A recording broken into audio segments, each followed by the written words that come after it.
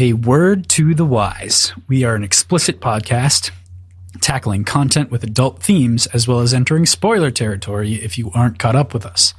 That would be through the entirety of Secret History, an entry into the Ars Arcanum, but also now a standalone book. We're definitely going to be talking about Era 1 of Mistborn, and we will probably talk a little bit about Era 2 of Mistborn. So if you've been following along with the show, you are probably in the right spot.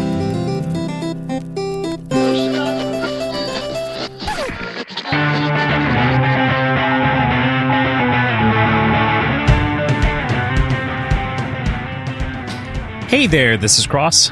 And I'm PJ.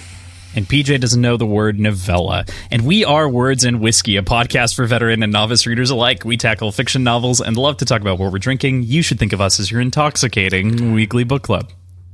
You're right. What does that word mean, Crossland? Can you define it for me? It would be a less than novel length or a feature length. Usually, I would say most people call a novella somewhere between 140 and 240 pages. So if I have a book that's 139 pages, it's probably still a novella. Some people call them novelettes. Some people call them novelettes. Not everyone. It's not a universally used phrase. Novelitos? Novelitos. Here's my novelito for you. Yes, quite. Okay, so today is our second episode and final episode discussing the novella Secret History by Brandon Sanderson, and we're going to chat about part 4 through part 6. I do want to say at the top here, I have decided that I am going to record a Lost Metal review thingy. I don't know how long it's going to be, but it's just going to be me talking to myself about the whole thing, and mostly probably just some rambly thoughts about things specifically that I won't be able to talk to PJ about. I'll be listening. Eventually, you're going to listen to that and you're going to be like, the ravings of a madman in his closet. Can't edit that one. You cannot. Thank you for editing today's episode. But first, let's talk about what we're drinking. PJ, what are you having on this fine evening? I had grand plans to make myself something, and I figured out the proper setup for recording a reel for Instagram. And I wanted to kick that off with the port lemonade that I really like to make. But I had a prior commitment that I had briefly forgotten about, so I had to run. So instead, I just threw together a really quick old-fashioned. Nice. I do not have orange at my home right now, so instead of an orange peel, it has a tangerine peel. Wow. Which those have really, really thin peels. So yeah, very different. Well. I mean, like it's the same sort of citrus. Did it yield similar results? Not much of anything, to be perfectly honest. You can taste a little bit of citrus, but I mean, I'd assume the actual expression of orange and tangerine are fairly similar. Mm-hmm. So I don't know. I'd like to do a side-by-side sometime to really see where the tangerine changes or differs from orange. But in respect to like just using the peel as opposed to juice, because juice is kind of obvious. But I saw on Instagram a really, really cool cocktail that I want to try involving tangerines. It has muddled tangerine and it's a tangerine sour kind of deal with gin. So gin and Aperol, I think. So I want to give that a shot sometime. I saved the recipe. I've noticed our Instagram feed is almost entirely different cocktails, so that's been fun. Yeah, I definitely, obviously we follow a lot of the meme pages and other things like that, but I also have to follow them on my personal page, and I have blocked them so that you aren't spoiled for the most part to avoid any of that. So yeah. Yep, exactly. But following that up, I have Lua Brewing Company's Baby Blue Sedan, which is, I've had it on the show before. I didn't realize they still had another can of it, so that's what I'm drinking. But it is their boysenberry, raspberry, blueberry, plum sour. Cool. So, and then my flower vase full of water. All right. Are you drinking tonight? I know you talked about not. I did settle that in order to talk about this, I was probably going to have to drink a little bit. So I didn't make a cocktail. I just poured 3 ounces of whiskey. Good man. So I have 3 ounces of Survivor Cut bourbon, the second cut. So this is one of the whiskeys that you and I shared in Salt Lake. I think this wasn't this. No, your favorite was the Woodinville, I think. Or was it the rye? No, I liked the rye, but it was odd. Okay. I did like it, but there was a funkiness to it that I think you and I both noticed. Mm-hmm. Yeah. Yeah. And, you know, as stated, I knew that, I don't know if we actually said this in any form of the episode that we were talking about or whatever, but one of those bottles had green chartreuse in it right before, and so it may have been like in the seal and may have permeated a little bit, and that still feels like it was the most likely candidate for potentially wherever that flavor went. So yeah, that could be. Mm-hmm. Yeah, so I've got 3 ounces of that, some water, some tea, because I have to keep this cough under control as much as possible. So yeah. All right. So, PJ, before we talk about these parts and these chapters here, how did you feel about this week's reading? So, I tried to put any sort of negative Nancy isms that you had expressed to me out of my mind while reading it. By and large, I enjoyed the reading. The first 2 parts, 4 and 5, I really enjoyed. There is some troubling problems that I have with part 6, and I have a feeling you are going to dig into them much harder than I will. Overall, there were breadcrumbs there in the story, in the initial novels. So I'm not that upset about it, but there is some agency concerns when it comes to a couple of our characters that it really cut them down at the knees. Yeah, I think that it's fair to say that up top, I think it's fair for me to say, I don't think that I had talked about it too much last week, but this is my least favorite Cosmere entry, and it is a lot of people's like in their top 5s. It is a fan favorite by and large because of Kelsier's return and a lot of these sort of connections that are made Cosmere wide, and the way that a lot of things that really hadn't been touched on or explained are touched on and explained very clearly, which is really excellent in some capacity, and I do really appreciate it. I actually think that up until part 6, for the most part, with a handful of exceptions of things where Kelsier feels more like a caricature, but that's not worth murdering a story over, like really degrading, you know, what I think it's worth, or like degrading the grade of the book. For what Brandon is going for here, I think he accomplished it. I think he did what he wanted to do pretty well. I just don't like what he was trying to do to begin with. And that's my issue, I think, by and large, with Secret History, with part 6. But I like a lot of it. Like, I loved parts of it significantly. I think that there are some excellent moments in here that are like real tearjerkers that we'll get to and that we'll get to talk about. But I'm going to talk about this up top just for a second. There's a postscript. Did you listen to the postscript on this short story or on this novella that he did? Yes. Yeah, so he says, he talks about Kelsier and kind of the origins of the story as the postscript here, and talks specifically about wanting to make sure that character death is a really important, real, and tangible thing inside of the universe, and was very worried and concerned about that and unwinding the death being his concern, and then telling the story and needing to tell it because of where it wraps in with Bands of Mourning. And I think he had the wrong concern, to me. I don't think that any of that was a problem for me, at the very least. I think all of that worked. Like, the Kelsier not dying, for the most part, works for me to some degree. But I think, like you said, it's taking away that character agency for 2 or 3 of our characters that like puts a dagger in my heart for an entire trilogy of books that I originally really liked, and this tarnished them in the middle of us recording those episodes for me. And I was having such a hard time being as excited about those books as I was a week prior to that knowledge and information. Yeah, and is it better or worse that seems to have been the plan the entire time?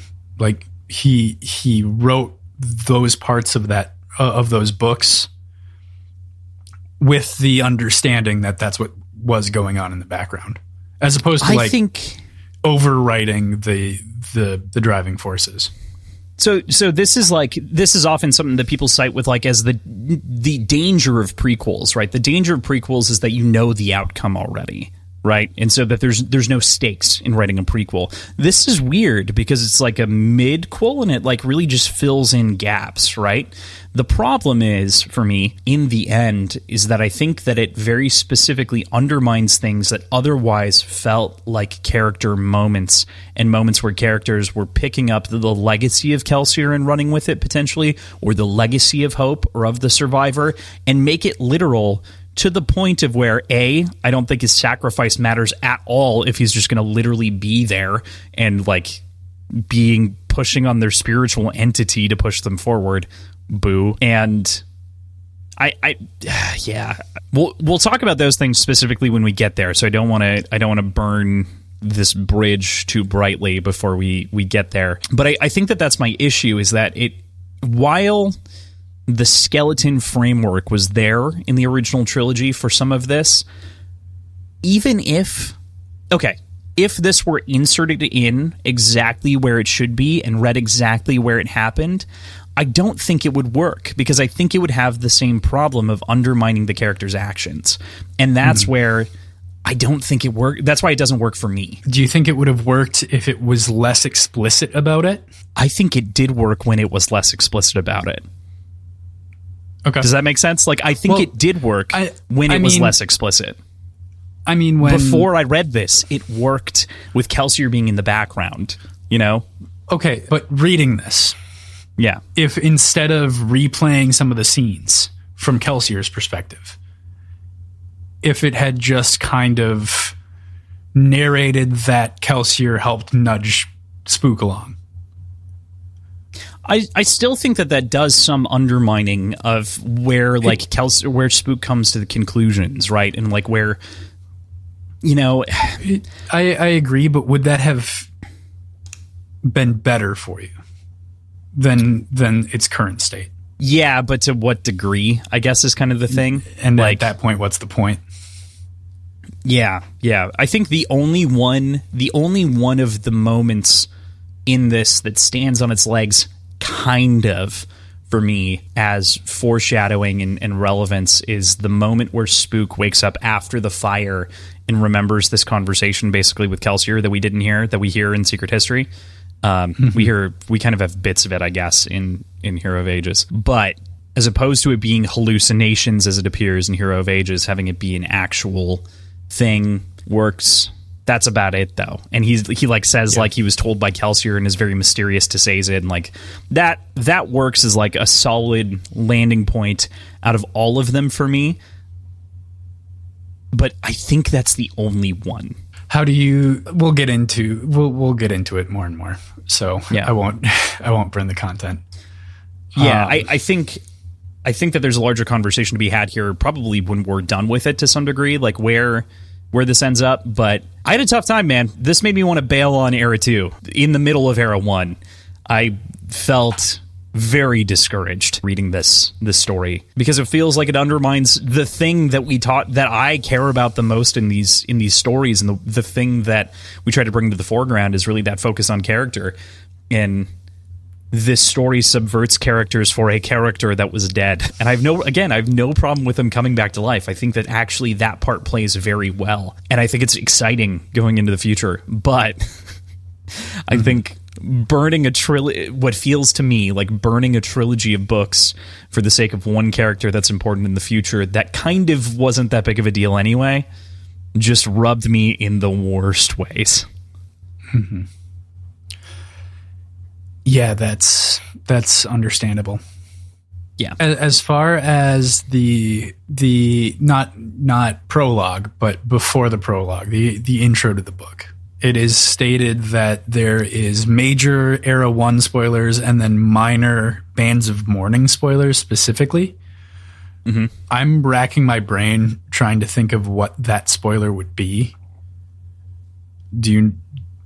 What comes up here? Well, there's a couple of different components, right? One of them is the reveal that Kelsier held the power of ages, which isn't really revealed, or that he held preservation, which is revealed in Bands of Mourning as like he ascended, right? First.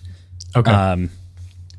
And so I think the other part here is that it also indirectly spoils the sovereign, as Kelsier. Okay. Because of the fact that he's alive. So.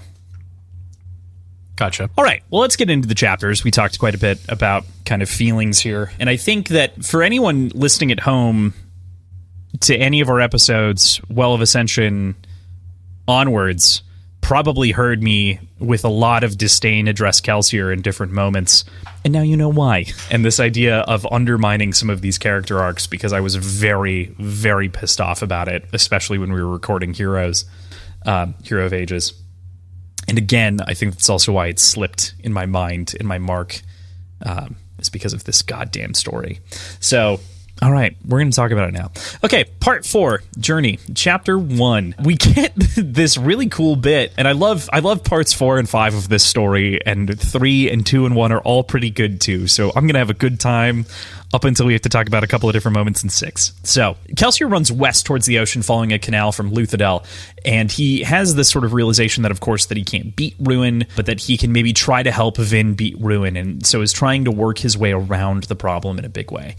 And it's really, really funny to me that he ends up running across this ocean, and effectively, because he's in the cognitive realm, we get a lot of interesting exploration of the cognitive realm here, but as long as he's in the cognitive realm, as long as he doesn't think he's tired, he isn't tired and can just keep running. And I got the funniest fucking question the other day in my AMA on Instagram about if Kelsier or I could run longer, or Iron Man shaped Crossland could run longer, and I said me, but obviously, like, that can't be true. Like, it That's can't. Fucking I watched you run in that goddamn Iron Man. I was for like a little drunk for the 3rd time that day, and I was running, like, I was keeping up. You motherfuckers. Nothing was more like, there's just this level, not of intentional condescension, but almost of like ignorance of like running along with me during that last stretch where it was like, I just want you to die. Like, I just need to get across this finish line. And I was like, I was happy that you were clapping for me. I remember clapping, but old man Neil and I kept our pace and we made it. But yes, and Kelsier then you would shoved definitely that old outrun me. man down to the ground so he couldn't finish, right? I did not, but he did tell me to take off in front of him, and I did not. I finished with him. Yeah. That was a cool story. Yeah. Because I don't think I would have made it otherwise. So, way to go, Neil. Thank you. Well, I'll tell the full version of that story someday. But anyway, yeah. What'd you make of this whole run? The run across the ocean, the long ocean, and everything else, or rather, towards the ocean. We aren't running at the ocean yet. I think at this point we don't get any new landscape, right? Like, throughout this part, we're in familiar territory, or semi-familiar territory at the very least. Yeah, he's following a canal from Luthadel, and then he runs into an old town shortly hereafter that he's been to before. So it's, it's nothing crazy. I mean, we've never been to Long Swallow that's spoken about, but what it did do for me is fuck with my scope of time. And I think that's pretty consistent throughout this entire part, because there's so much that's happening, and things jump pretty quickly, and it feels like it's a single trip, a single travel that's going to take a day, but it's weeks, however long. He spends a lot of time running, and it's hard to keep track of the of the timeline there. Yeah, I think he says months. I think he spends months running, which was important for the passage of time. Because obviously we know where the story ends right before this, right? We are just after Well of Ascension, and Hero of Ages hasn't really begun yet. That doesn't really happen until 6. So this is sort of that intervening time period in which Elend becomes this Emperor Mistborn that we kind of know when we see him in Heroes, and Vin comes into their own, and they start finding those caches that we see the last of, basically, or the second to last of, at the beginning of the Hero of Ages. So he has to be gone for a long time. So he's running for months. Yeah. Yep. Yeah. Kind of cool. Like, the mechanics of it is pretty cool. Mm-hmm. Yeah. It is, so it's cool, but it's also, where is the line drawn of what physical mechanics is he beholden to and what is he not? Well, I think that's the point, right? Is that he's not beholden to physical mechanics. Except for how fast he can run. Yeah. So and the there's fact that he has to run. Is that a problem with his own being, not being able to understand another way to travel? Maybe. I mean, because he can not think about being tired and not be tired, He's just got to think about being somewhere else. Yeah, or nowhere to be, potentially. Mm-hmm. Yeah, so I think that there's mechanical questions there that are left intentionally to ponder to some degree over the course of this week. And we explore more of this when we get to Chapter 3 in the Fire, and sort of the ability of these things to maintain their intent, and things like that from the physical realm that he's able to drag around in the cognitive realm some. So we'll talk about that more in a second. But first, we have to talk about Chapter 2, which is the town in which he used to live, called Longsfollow. He realizes that he's been running and suddenly feels very exhausted because he comes to this realization and stops effectively. It's kind of like, it's very interesting to me, especially when you compare it to pewter dragging and like the effects of pewter dragging, where you don't really recognize it until you stop. And part of me is like, is there any sort of similarity there that's a cognitive realm thing that's granted by the power that makes it have a similar impact? Perhaps? Or is it just that's the closest comparison that he has off the top of his head? He doesn't compare it to pewter dragging. Yeah, he does. I don't think, does he? Does he? Oh, shit. All right. Well, there you go. But, I mean, it's still, to the same degree, keeping your feet going in front of each other for that long, I'm sure, is its own problem. But he remembers the entire sort of revolution that happens here, that he killed several noblemen here in retribution for killing a Ska girl, and that had forced him and Mare to skip town at the time. In the end, his sort of retributious, his seeking of justice, his path of retribution caused more death and more problems in the long run. And my question for you here, PJ, is like, it's kind of been Kelsier's whole fucking thing, is not thinking about the consequences of his actions. Yeah. Right? Yeah, he's pretty notorious for that, I would say. Yeah. While also somehow being known for his, like, audaciousness, his daring. His calculated risk-taking, Like, he thinks about the consequences, but not really necessarily on a long-term scale. Mm-hmm. Yeah, he considers them. But it feels to me, especially, that he only considers the consequences as they relate to his intent, right? If we think about, like, the Lord Ruler, for instance, his intent was to free the Ska from the Lord Ruler and the impression therein. And he was being manipulated to do so in the end by Ruin. Mm-hmm. So, unintended consequence, destroying the governing body. Agency. Sorry. You know what, though? This is something I have I wrote a thing to talk about specifically about Ruin versus Kelsier's comparisons inside of the story, because I think that's relevant. I think that's an interesting thing to consider and talk about, but we have to get there before I want to engage in that conversation. Ruin feels like a malevolent force, and so therefore it feels a little bit better, a little bit more okay. But what'd you make of this? What'd you make of the whole town story and therein? A little bit more on Mare sort of thoughts there. Do you think that Mare would be proud of Kelsier's actions? It's hard to know because we don't really know if Mare is complicit in these actions. She seems to, the little bit that we get of her background and of her opinions, she seems disappointed in the fact that they have to skip town. But other than that, we don't really get much of anything. So I struggle to really have any strong feelings about what Mare would want, you know, or what Mare would actually approve of. Sure. Yeah, that makes sense to me. I guess there's a lot of weight placed on Mare repeatedly throughout the story because of Kelsier, right? Not only this story, but also in Mistborn proper, because that's the reason that he's doing what he's doing. That's the reason that he snapped. That's the reason that he survived. It's what he survives for. It's the cover of the novella, right, is Mare's flower, the Marewolf flower. That set of triangles kind of interlocking with each other. Diamonds, not triangles, but diamonds. So, yeah. I guess that's why I still ask the question, because it seems like all of this is inspired by Mare, but I don't know if it's what Mare actually wanted. And we don't have perfect context, right? We don't have the perfect backstory and everything else.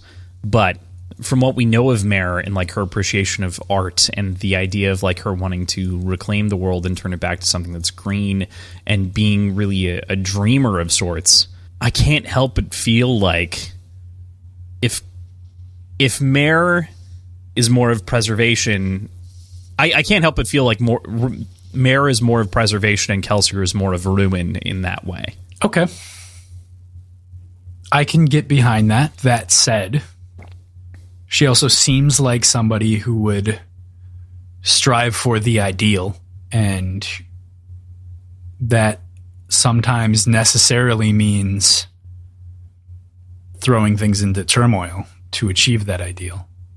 Like I could see her being supportive of a revolution. Yeah, I guess I just wanted to pick your brain on Mare. Okay. Seems like a pretty cool lady. Honestly, like I feel like she is more symbol than character. We do not, in at least as far as I can tell, we don't get her actual like opinions on things. Everything that we get about Mare is through the scope of Kelsier. And we know pretty well how twisted some of those ideas can be. And they can be convoluted and manipulated into something that serves him. Yeah, that's true. We also get a little bit of Mare from Marsh, but that's, yeah. So that's where I think some of my opinions come from to some degree. And then we get a little bit from Sazed as well, talking about the flower and the religion and her sort of the way in which she lived.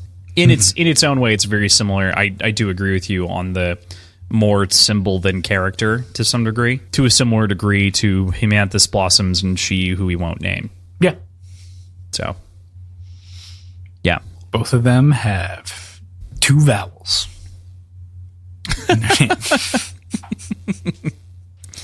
That's all you have to figure it out. And maybe no the other book series cues that we covered. And no cues. What is this, like reverse Scrabble? The fuck are these hints, PJ? All right. I think it's a pretty good hint. You know who I'm talking about. I know exactly who you're talking about, but I was the one who referenced it to begin with, you bastard. No.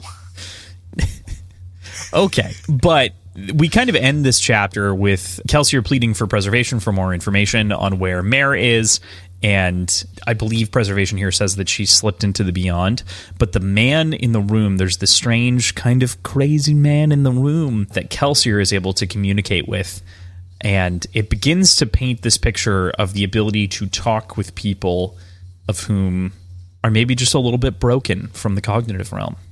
They can hear between realms almost, it seems. Mm-hmm. I so badly want more hard mechanics on how that works. You know? Mm-hmm. Like it's described as a fluke or as a flaw. But like That's a bug that could be exploited. And if nothing else, if we learn nothing else from Kelsier over the point of this, or the section of this novella, it's that he's looking for bugs to exploit. That's his entire game now, is what can I do? What can I use? What can I manipulate? Mm-hmm. Yeah, so let me understand this properly, just to have it set out. Most people cannot hear him, no matter what, but they see him as a shadow, like as the mist spirit. So he only appears as the mist spirit when powered by preservation's power. Not when he's holding the power, but when he's like riding on those waves, those pulses, because preservation's power gives him a little bit of a physical manifestation. Okay. Is he visible to most people? For instance, I don't think he's visible here to this person. He's just a voice. That brings up so many more questions that we will get to, I think, in the next chapter. Oh, not the next chapter, the next part. Yeah. Anything else in this little bit? I don't think so. Cool. All right. With that, we go into chapter 3 of the section. Kelsier stops at a fire pit and learns how to start a fire with his mind and will a fire through the realms effectively, which is really interesting. He notices a lot more ash on the ground from the ash mounts being overly active during this time frame. This to give us a passage to show the impact the ruin being released is beginning to have on the land, trying to place us somewhere in time among the stories, and the Scar traveling west, trying to escape the ash. He's lonely and craves interaction with anyone in this moment, even Hoyd, even that silver-haired bastard, that guy. That guy. The Drifter. The Drifter, as he used to him. Starting a fire with your mind, just... I don't know why this is on my brain, but I want to learn how to blow shit up with my mind guy from Accepted. Yes. Yes. Yeah. Or the entirety of Men Who Talk to Goats. Men Who Stare at Goats. Men Who Stare at Goats. Yes. Yes. Yeah. It definitely fits. I think that the other part of this that's important is that this is the beginning of his experimentation with things in the cognitive realm, and so this is when he begins to try to bend it to his will in a big way. And I think here it's less that he manifests a fire and more that he sees the impression of a fire from the physical realm and calls it and kind of cultivates it into being in the cognitive realm. It's always been warm, and so he's able to kind of coax it into a fire in the cognitive realm. Yeah, I liked the expansion of the identity trait, I guess, that's been explained for beings to cover more than just beings, to cover objects and to cover really everything. It makes for a much more complete scope of the world. Yeah, and it shows, especially when we're talking about objects, the intention of an object is very important to its ability to manifest in the cognitive realm. Mm-hmm. And if I remember correctly, it's specifically a very strong sense of identity because it was from a fire that had been burning for probably generations. Mm-hmm. Right? A fire it was pit. One of the ska hearths. Yes. I said intention. You're right. It's identity. This is identity. Intention is more of a spiritual thing. This is the cognitive thing, is that identity and the way that that's associated. Mm-hmm. Yeah. Oh boy. But very, very cool in the way that this is done, and the way that it also shows how difficult it is to move something that has an identity that's in a physical location, as he tries to store this in the bag and kind of keep it with him.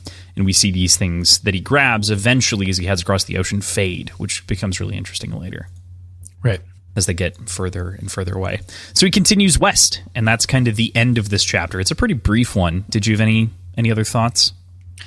No, I that's pretty much the gist of it. That was a pretty, like you said, brief chapter. Mm-hmm. Yeah. Got some important bits out of it, though.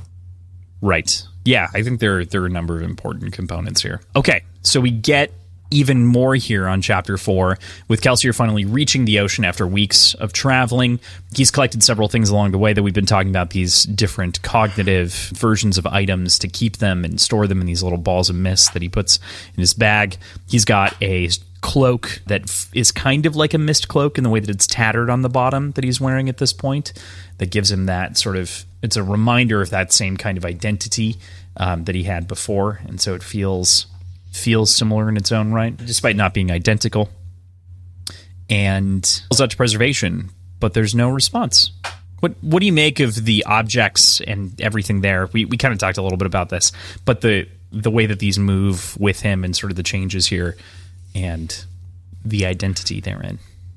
So it almost feels backwards to me that something with a very, very strong identity a very strong identity fades slower than something with a weaker identity. And at face value, that seems to make sense. But the fact that it's so rooted in its location would make me feel like the stronger it is rooted to that location, the quicker it would fade as you get farther away from it.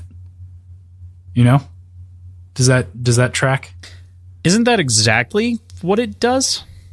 I thought it was the other way around. I thought it was just a strong identity meant that it faded slower. No, I think it's a strong identity that fades faster. Never mind. Then I'm wrong. I swear to God.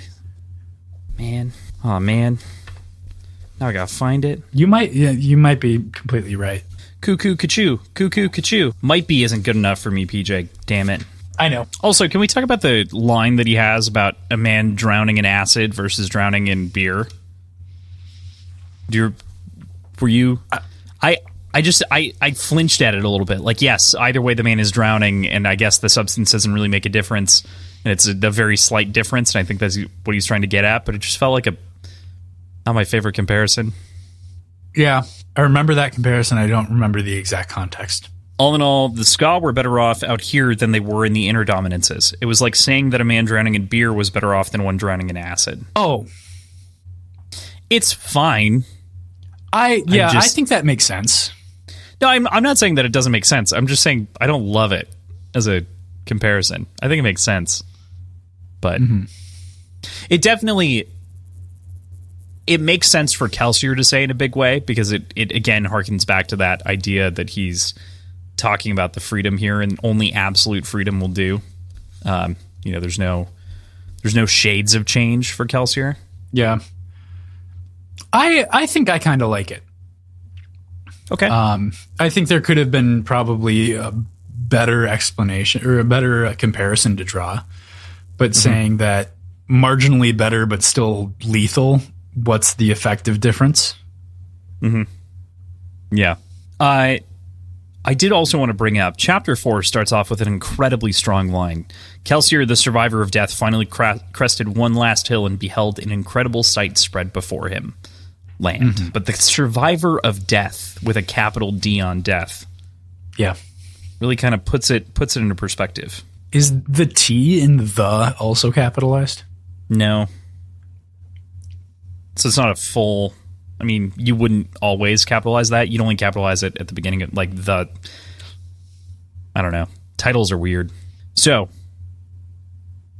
when an object was recovered or was destroyed in the physical realm, its identity changed and the spirit would return to the location of its body. Abandoned objects were best. Ones that had been owned for a long while, so they had strong identity, but that currently had nobody in the physical realm to care for them. So the thing is if it moves in the physical realm, it disappears from where it is in the cognitive realm. Okay. So it's not as though it's fading necessarily. That doesn't quite answer. He pulled out the ball of mist that was his campfire and unfolded it, bathing in its warmth. It was starting to fray, the logs pocked with misty holes. He could only guess that it carried it too far from its origin, and the distance was distressing it. Yeah. Yep. Yeah, that makes sense, but he makes a note of how strong the identity is because of how long it had been in that same spot and had been burning. But I don't think the relative strength of the identity has anything to do with the distance that it can travel. Or at the very least, I don't think that connection has been drawn in any substantive way. Okay. So far. Other than abandoned objects work best. Yes, because if something in place. Right. And right. Yeah. Strong identity seems to imply that it can go a distance, but we don't know what a weak identity necessarily looks like. We don't see that experimentation here. Okay. Oh, man. The cognitive realm, my friend. Welcome to Shadesmar. Boy, oh boy. And realmatic theory at large. Okay, cool.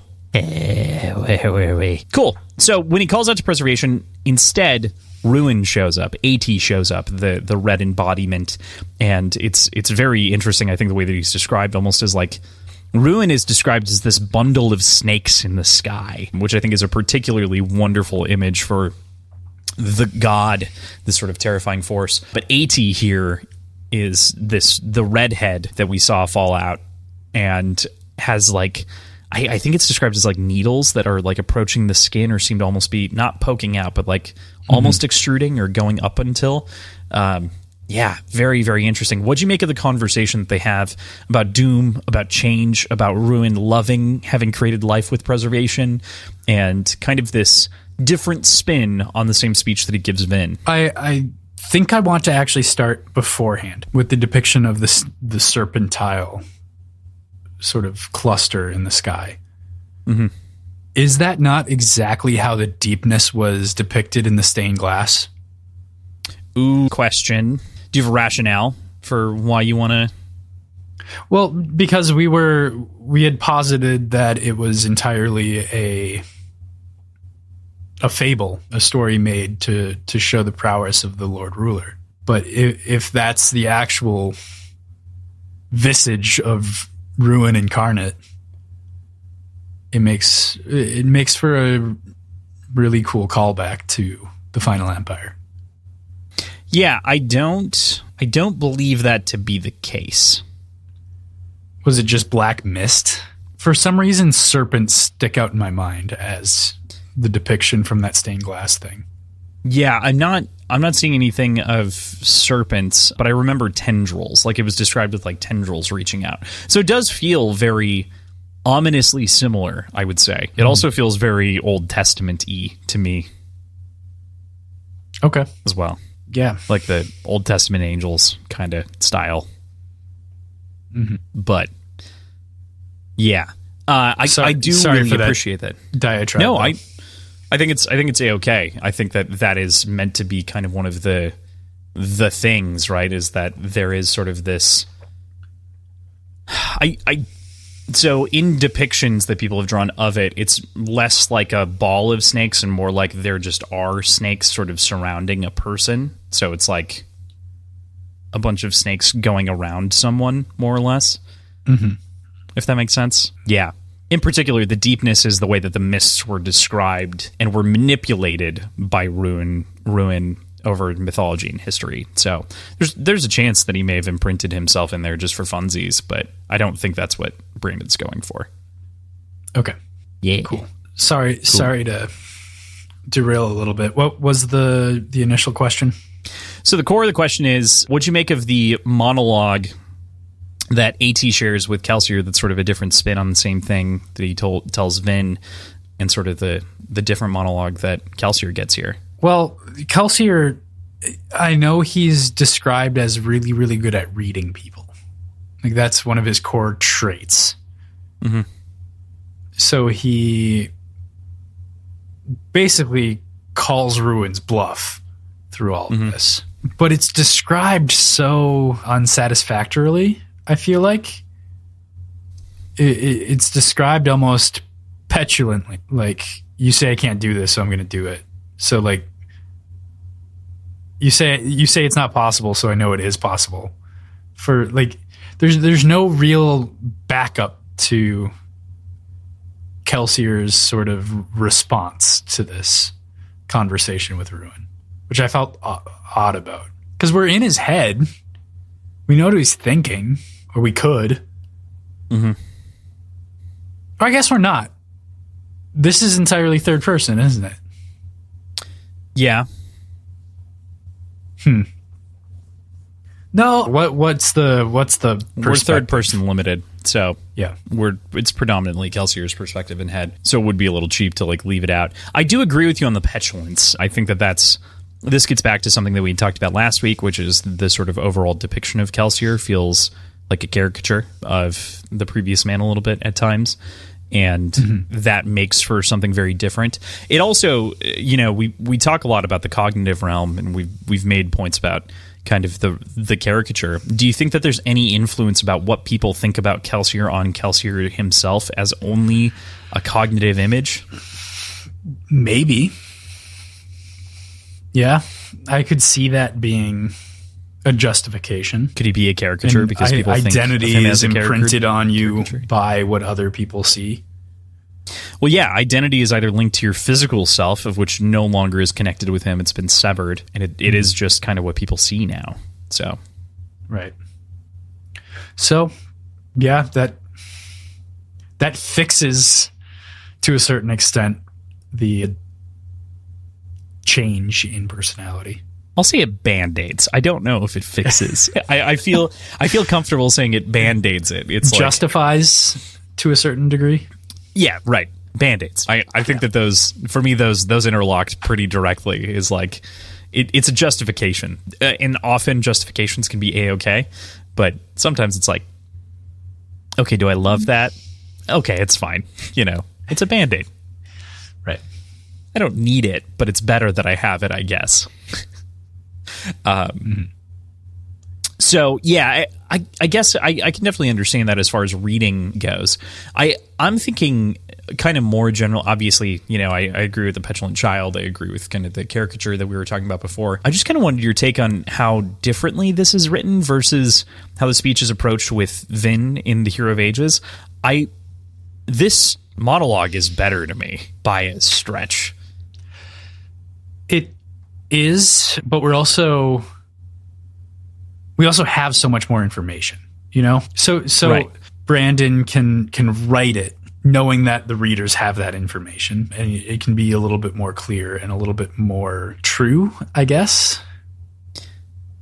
I don't know the right, maybe not true, but I think it just paints Ruin as a more beautifully complex thing, if that makes sense. The way that he talks about, like, it was almost so dry in delivery in Hero that it painted Ruin as this purely, in Preservation to some degree, as these purely like black and white forces.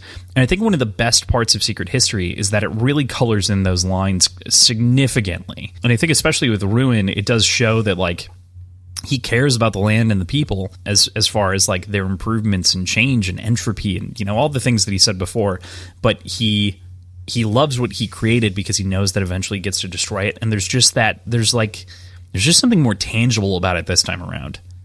Yeah, I guess I'm remembering the conversation that we had as opposed to the actual monologue in the book, because that's exactly what we talked about. Yeah, right. But that was all in the monologue says all those things in Heroes, but you feel them here. Like this, yeah. He's pulling on those descriptions and the world a little bit more, and he's tugging at you, I think, and Kelsier in particular a little bit more directly than he ever was with Vin. Right. Yeah. So, yeah. Okay, I wanted to mention it. I like Ruin's character here. Mm-hmm. Yeah. I'm now a Ruin sympathizer. I mean, I think Ruin's been trying to do that to us from the beginning, make us a Ruin sympathizer, you know what I mean? Like, he's been... Yeah, that's the problem. He's been at it the whole time. Is it a problem? Not from my perspective anymore. Yeah, I don't know. I'm not sure that it is. But, yeah.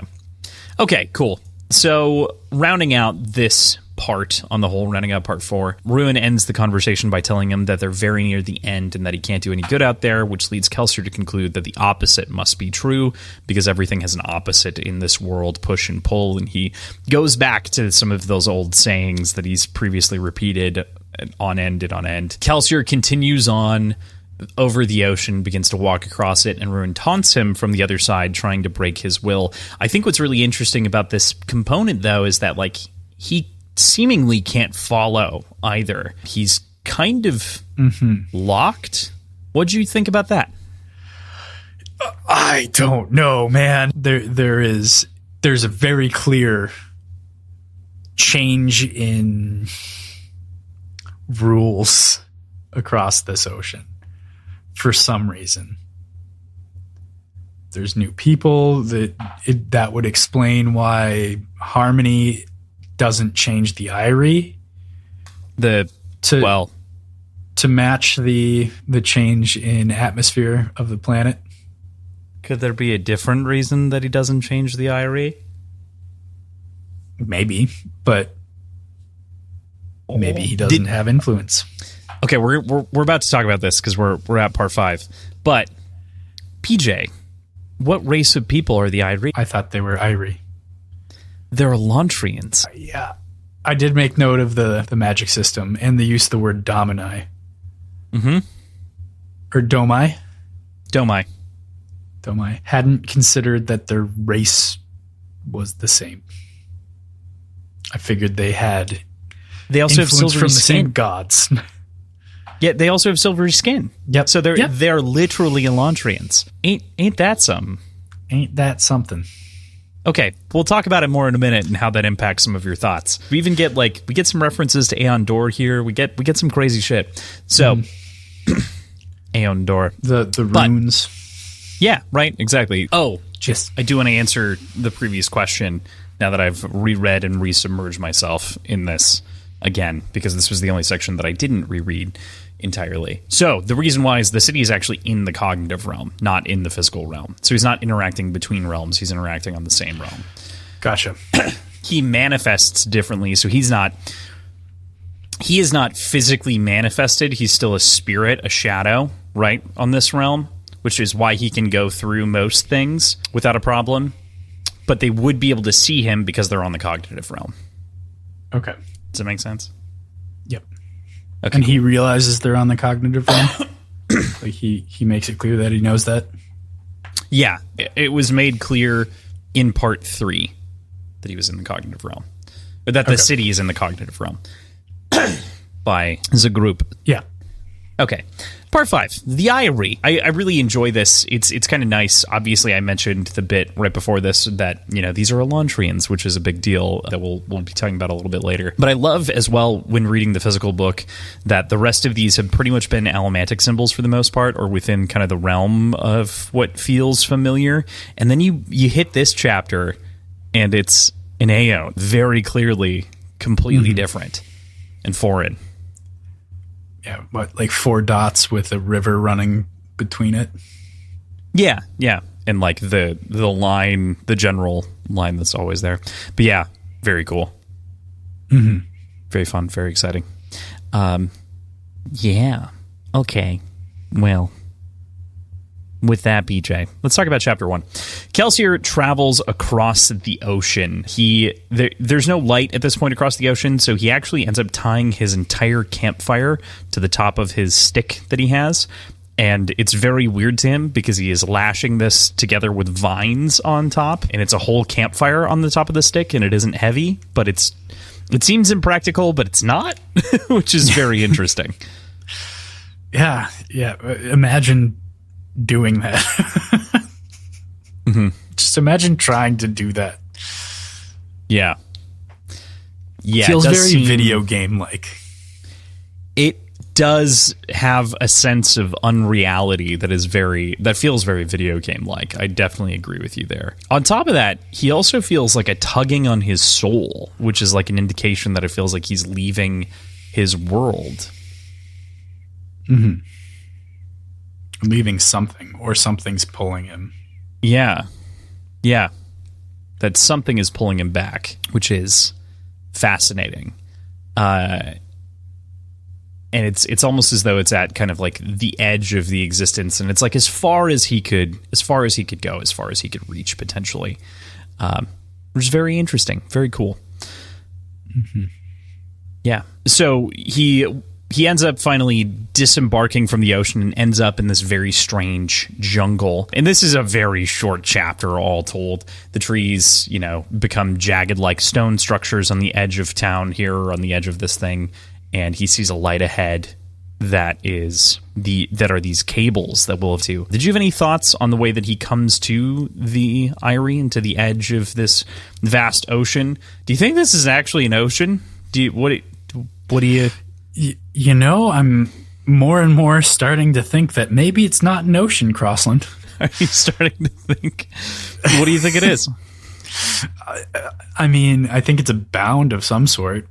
Mm-hmm. It's a boundary. It is strictly described as an ocean, but there's no description of waves or there's big anything fish. There's a gargantuan fish, yeah.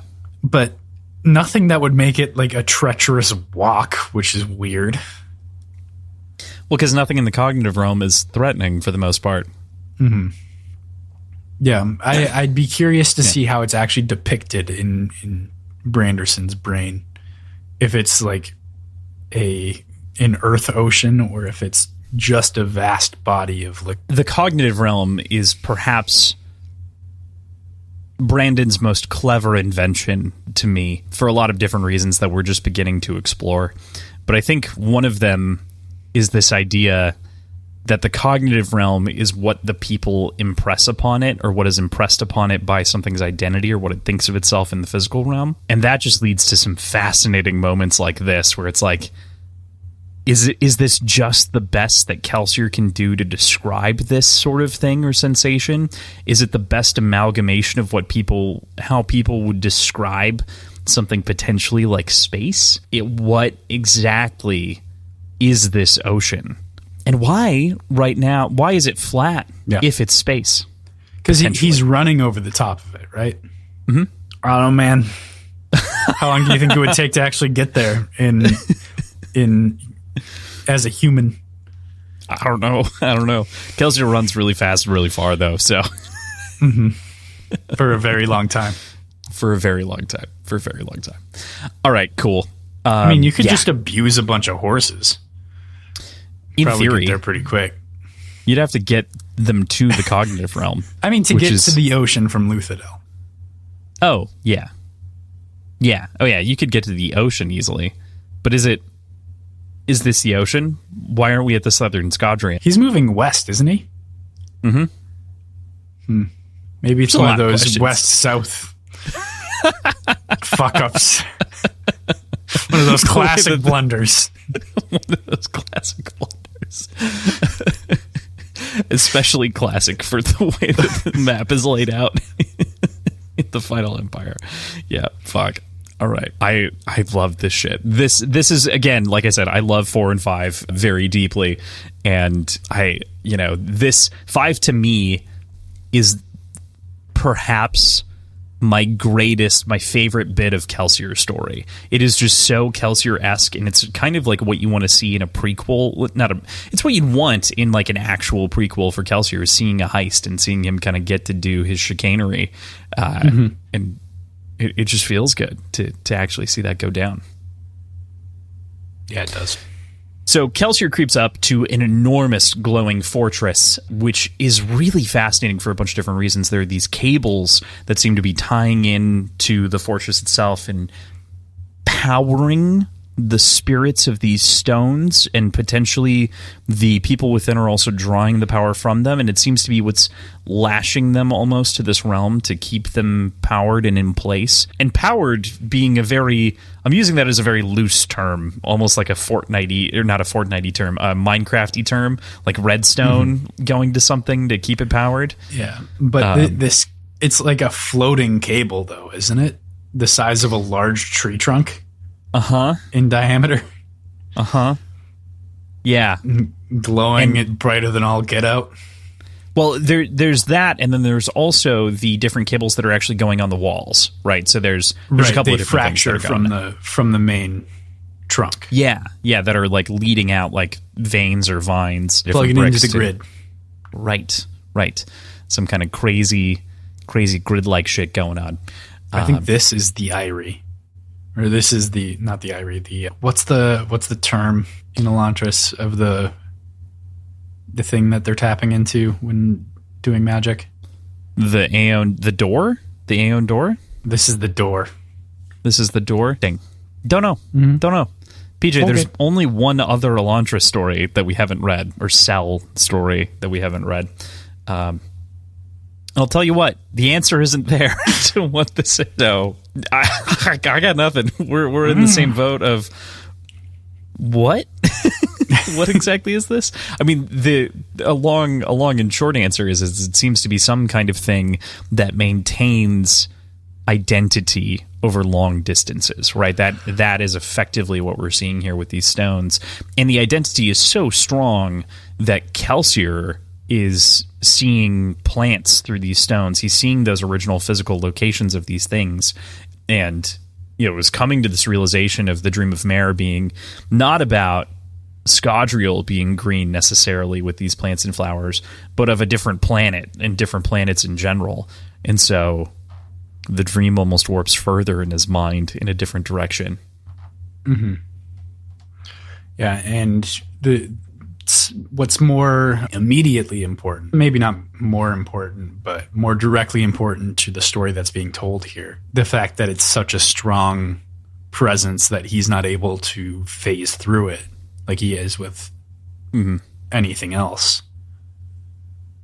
Yeah, the identity is so potent that he can't reach in more than, I think, a couple of inches, fingertips. Like he couldn't press into it any more than that. So instead he finds different ways to hide, and he hides through different things that don't have the spiritual connection that appear to, he can still blend in, he can still go into the ground, he can hide in plants, he can hold himself up by his fingertips outside of windows, since he's, effectively weightless and can pull off all kinds of stunts that require coordination that only requires he believe in himself, which, if Kelsier is anything, it is an overwhelming amount of belief in himself.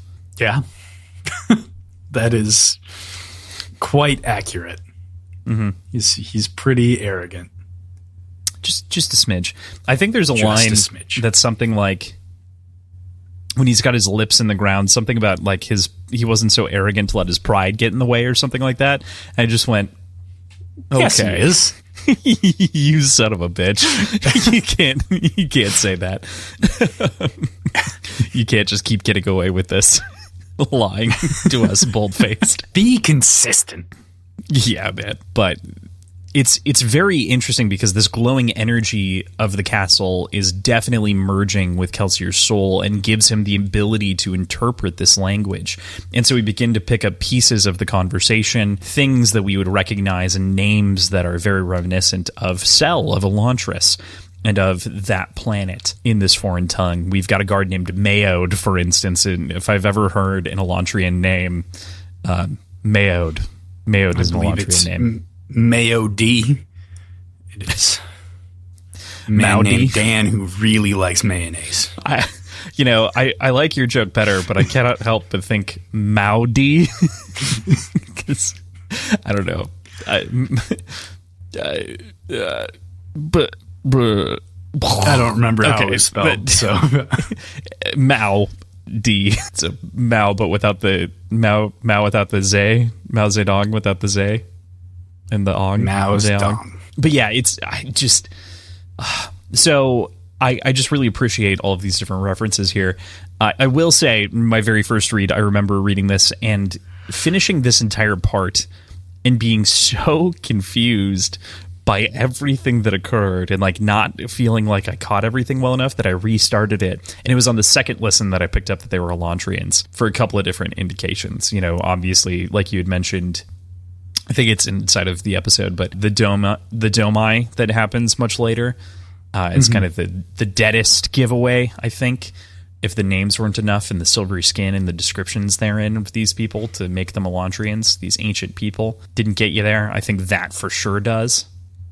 I hadn't actually drawn I think we talked about it a little bit earlier. I hadn't actually drawn the connection that they were strictly Elantrians, but I drew the connection to the Aeon Door symbol and the Domai. But I think that was those were the two biggest ones. Yeah. And like I said, I just assumed that they were drawing from similar like religious sources. Mm-hmm. Right. There's another thing here, though, that a woman, Alona, I forget exactly how her name is. Alano? Fuck, one of those. But she, the older woman, enters the room and demands to know what's going on because the guards have started to freak out because of Kelsier, and they believe that there's a spirit afoot. And so they activate a device to see if anyone from Threnody is about, anyone from a Threnodite is among them, which is fascinating because we don't know shit about Threnody. No. Or rather, you don't know shit about Threnody. So I guess that's where my confusion came from that I brought up before. Mm-hmm. The fact that nothing pings from this device tells them, or they make the assumption that there are no cognitive shadows around. But maybe specifically no cognitive shadows from Threnodite? Yes, that is exactly what this is aimed at. If you imagine that is what they're clarifying, it's really about the Threnodite cognitive shadows. Threnodian? I prefer Threnodian, as garbage as that is to say. But they do conflate that into saying that there are no cognitive shadows around. Yes, yeah, which I took as meaning that Kelsier is something other than whatever a cognitive shadow is, but potentially just means that their scope isn't as wide as they are assuming it to be. Yes, I definitely think it's the latter. I think that really points to the fact that perhaps, and this begs a question of the Irie's experience on the whole within the Cosmere, right? But perhaps their scope and their limited experience with cognitive shadows is limited to just Threnody. And so that's the only place that they think that these things could come from. Okay. And that begs the question of why? Mm-hmm. Why Threnody? Yeah, obviously. Before we get too far away from it, I do remember having a thought about Alec. Sure. In Bands of Mourning, specifically talking about not needing to eat, I feel like, or not needing to drink or something like that. Like I remember making a connection to Elantris in that moment, but it still didn't bring me over the edge. Yeah, no, he's definitely not an Elantrian or connected there. I thought he was an Irie. No, Malwish. No. He's from. Were there any Irie in there? That term is not new to this. That term is entirely new to this. What the fuck? I thought it was in Bands of Mourning. Nope. I'll double check for you, but I swear to God. Nope. There is only one other book that I know of that the Irie are mentioned in, and it is... Was it mentioned at the beginning, like in the first 3 chapters, or first 3 sections of Secret History? Yeah. Yeah, it was mentioned by Chris to begin with. Chris points them in the direction here. That must be what I'm thinking of then. Yeah. This doesn't Alec say something about not having to eat? Alec doesn't say anything about not having to eat. What I think that he mentions... What am I thinking of? He mentions the ferrochemical ability to store other things, including the ability to not need to eat. But he doesn't mention that he actually doesn't need to eat. Okay. Because he's a cook. I know. They're the most important people. It's true. But yeah, no, it's not that he doesn't need to eat, but... Okay. Yeah. My brain's getting crossed somewhere, and I'm not sure what it is. Welcome to the Cosmere. Yeah, but I'm only exposed to one linear story of it. plus Elantris. Plus Elantris. Don't discount Elantris. Yeah. Well, now you're in different realms of Chaos Brain. So again, a lot of people that I know that love this story partially love it because of the number of different things that it touches on and kind of makes uniform and brings attention to. Which again, I'll just point and say, if you don't know the question to ask, you're kind of like, ooh, shiny. Like, what's shiny? If that makes sense. What that shiny do, though.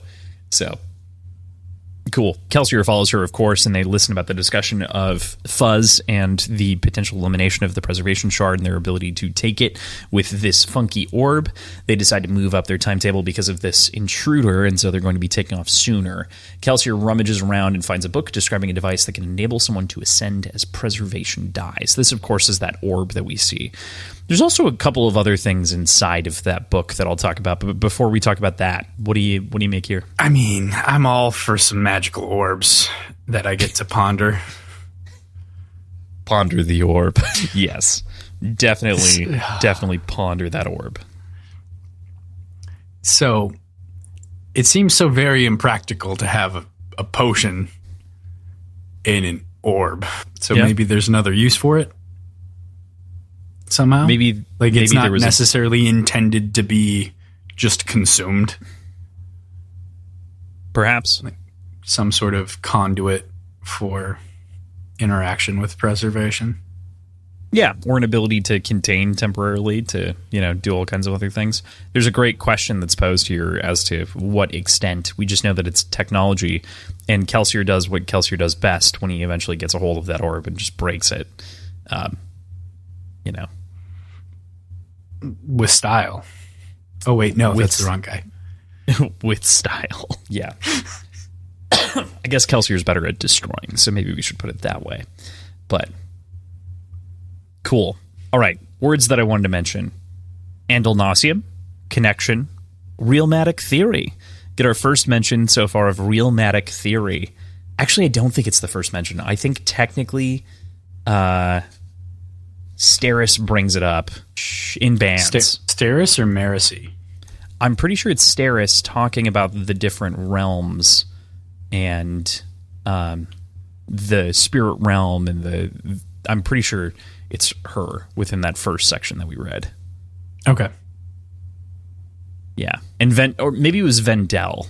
God, part of me thinks it was in Shadows. I'm just going to double check real quick. Yeah, okay. It's bands, but yeah, it appears to be Vendel. And then also, very narrowly, Steris avoids actually describing realmatic theory, but just describes the three realms as it goes. Okay. So, yeah, we get that. We also get a mention as Alona is walking through, moving forward, and one of the seated men says, "Devotion, protect us."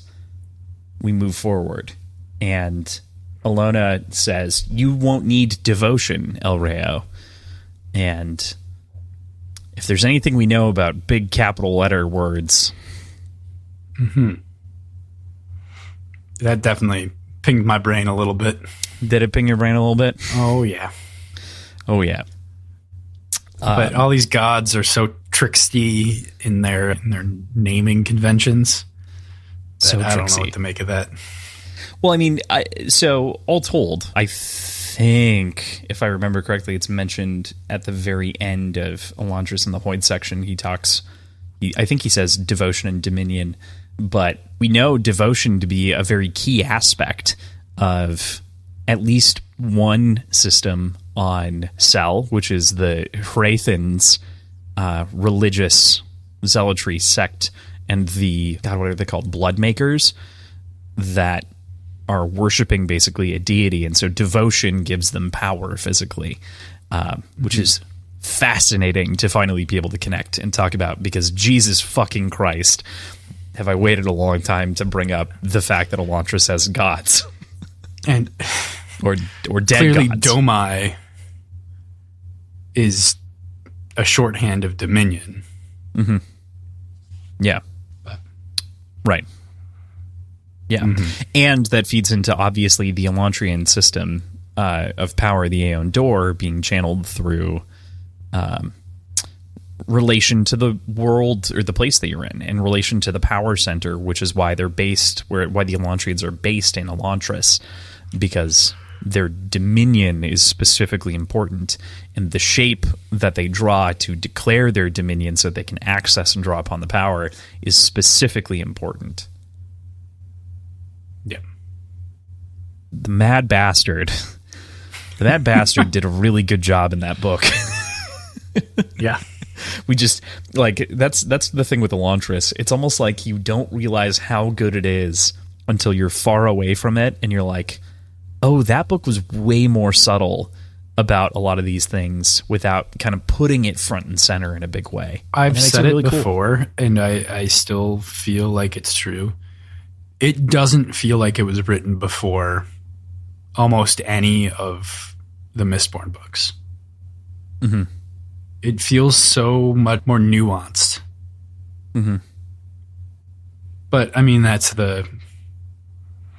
we're at much more of a political perspective, less of an action perspective. Yeah, the whole story. Yeah. I think there's definitely something to be said for that. I mean, these books are getting released to some degree in the era of, or near the era of Hunger Games, and kind of not necessarily in response, but people wanted action and magic together, and that's definitely what you're getting here, especially in something that is, I wouldn't call it YA, but YA adjacent or accessible. You know, there's not a whole lot that you could say is bad for most kids to read in these outside of violence. Some stuff might go over their head, but I think it's acceptable. So, yeah. Anyway. Mm-hmm.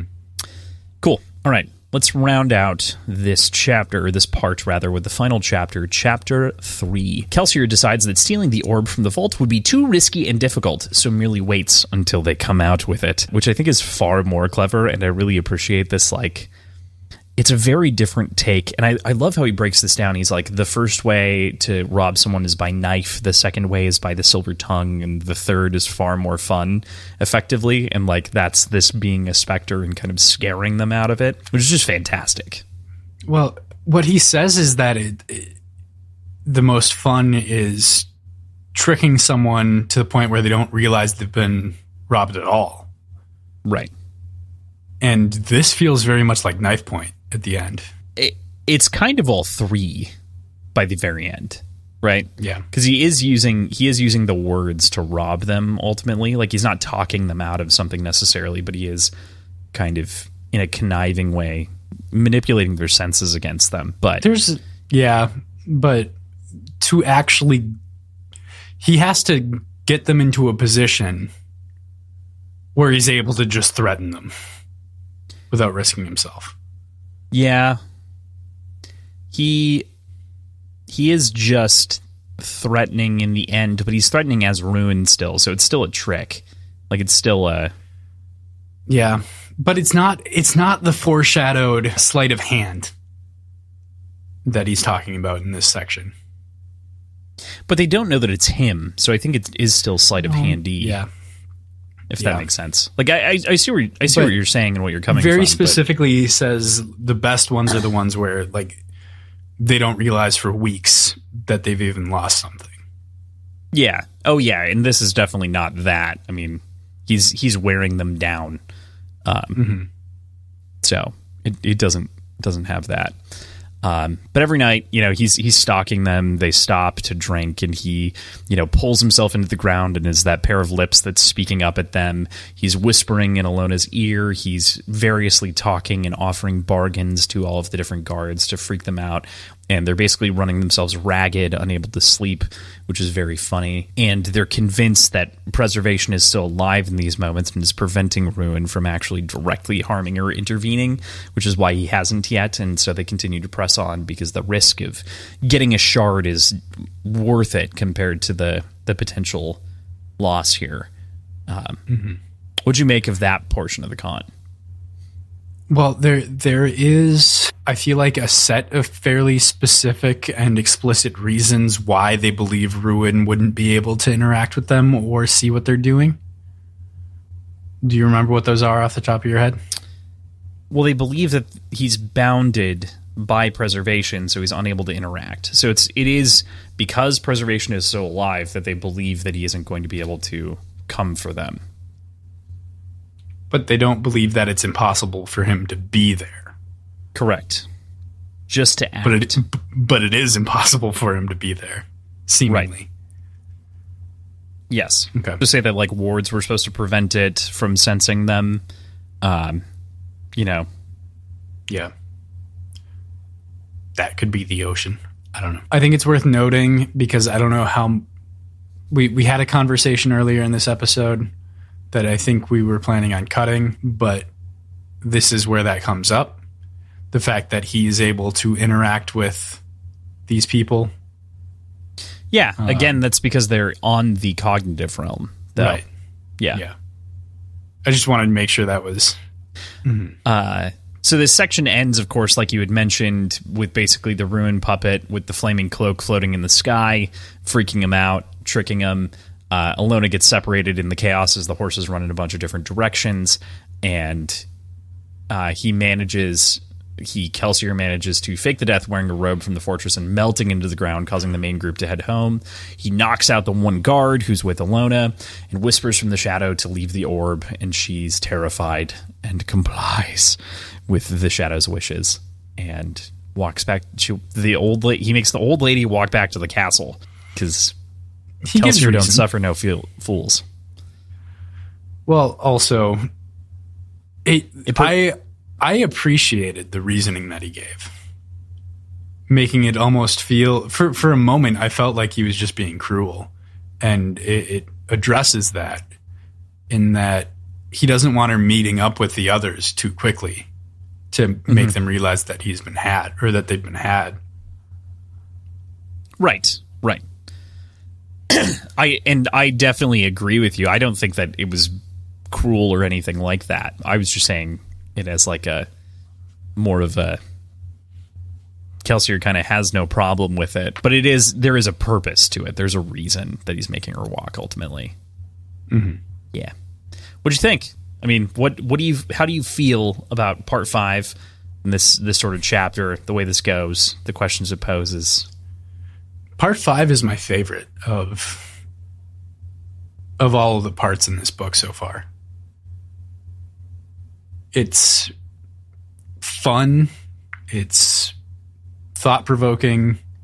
There's a whole lot of information dropped, and I'm sure even more than I feel like this is the time when we see Kelsier truly what feels like himself as opposed to the external shell of himself.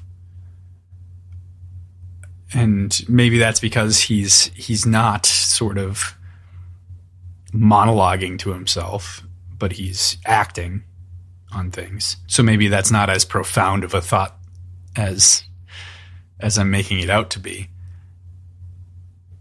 But it's the first time in this book where I've truly felt like we're here with Kelsier. Kind of like we're doing something too. Like it feels like there's a plan. There are things in motion. Not that things weren't happening, and not that Kelsier wasn't kind of pushing on things and pushing boundaries and trying to discover something. But there is something about physically interacting with the world that doesn't only feel good for Kelsier, as he says it, but also feels really great for us as readers. Yeah, dig it. I dig it. I dig it. All right. With that, we go into part 6. Woohoo. All right, here we are. So part 6, of course, as each of the parts that are relating to the name of the sections are named appropriately. This one is Hero, as it connects most directly with the Hero of Ages. A lot to say about this on the whole.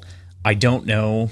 I'm gonna do my best to try to keep it to the end so that if people want to choose to skip my rant, they can do so and talk about it then. It might not work out that way, but I'm gonna try. I'm gonna try to hold myself to that. Drink a little bit more of my whiskey. All right, 9 of these little chapters to get through, and then an epilogue. So chapter 1, Kelsier starts to run back to Luthadel in possession of the orb that he's stolen from the Eyrie, and he sees even worse destruction and deterioration from before. Of course, this has happened as Ruin has had months and months and months to ruin the world. He sees 3 Ska die on a rooftop overloaded with ash that collapses on them. Kelsier asks one that transitions to the world real quickly.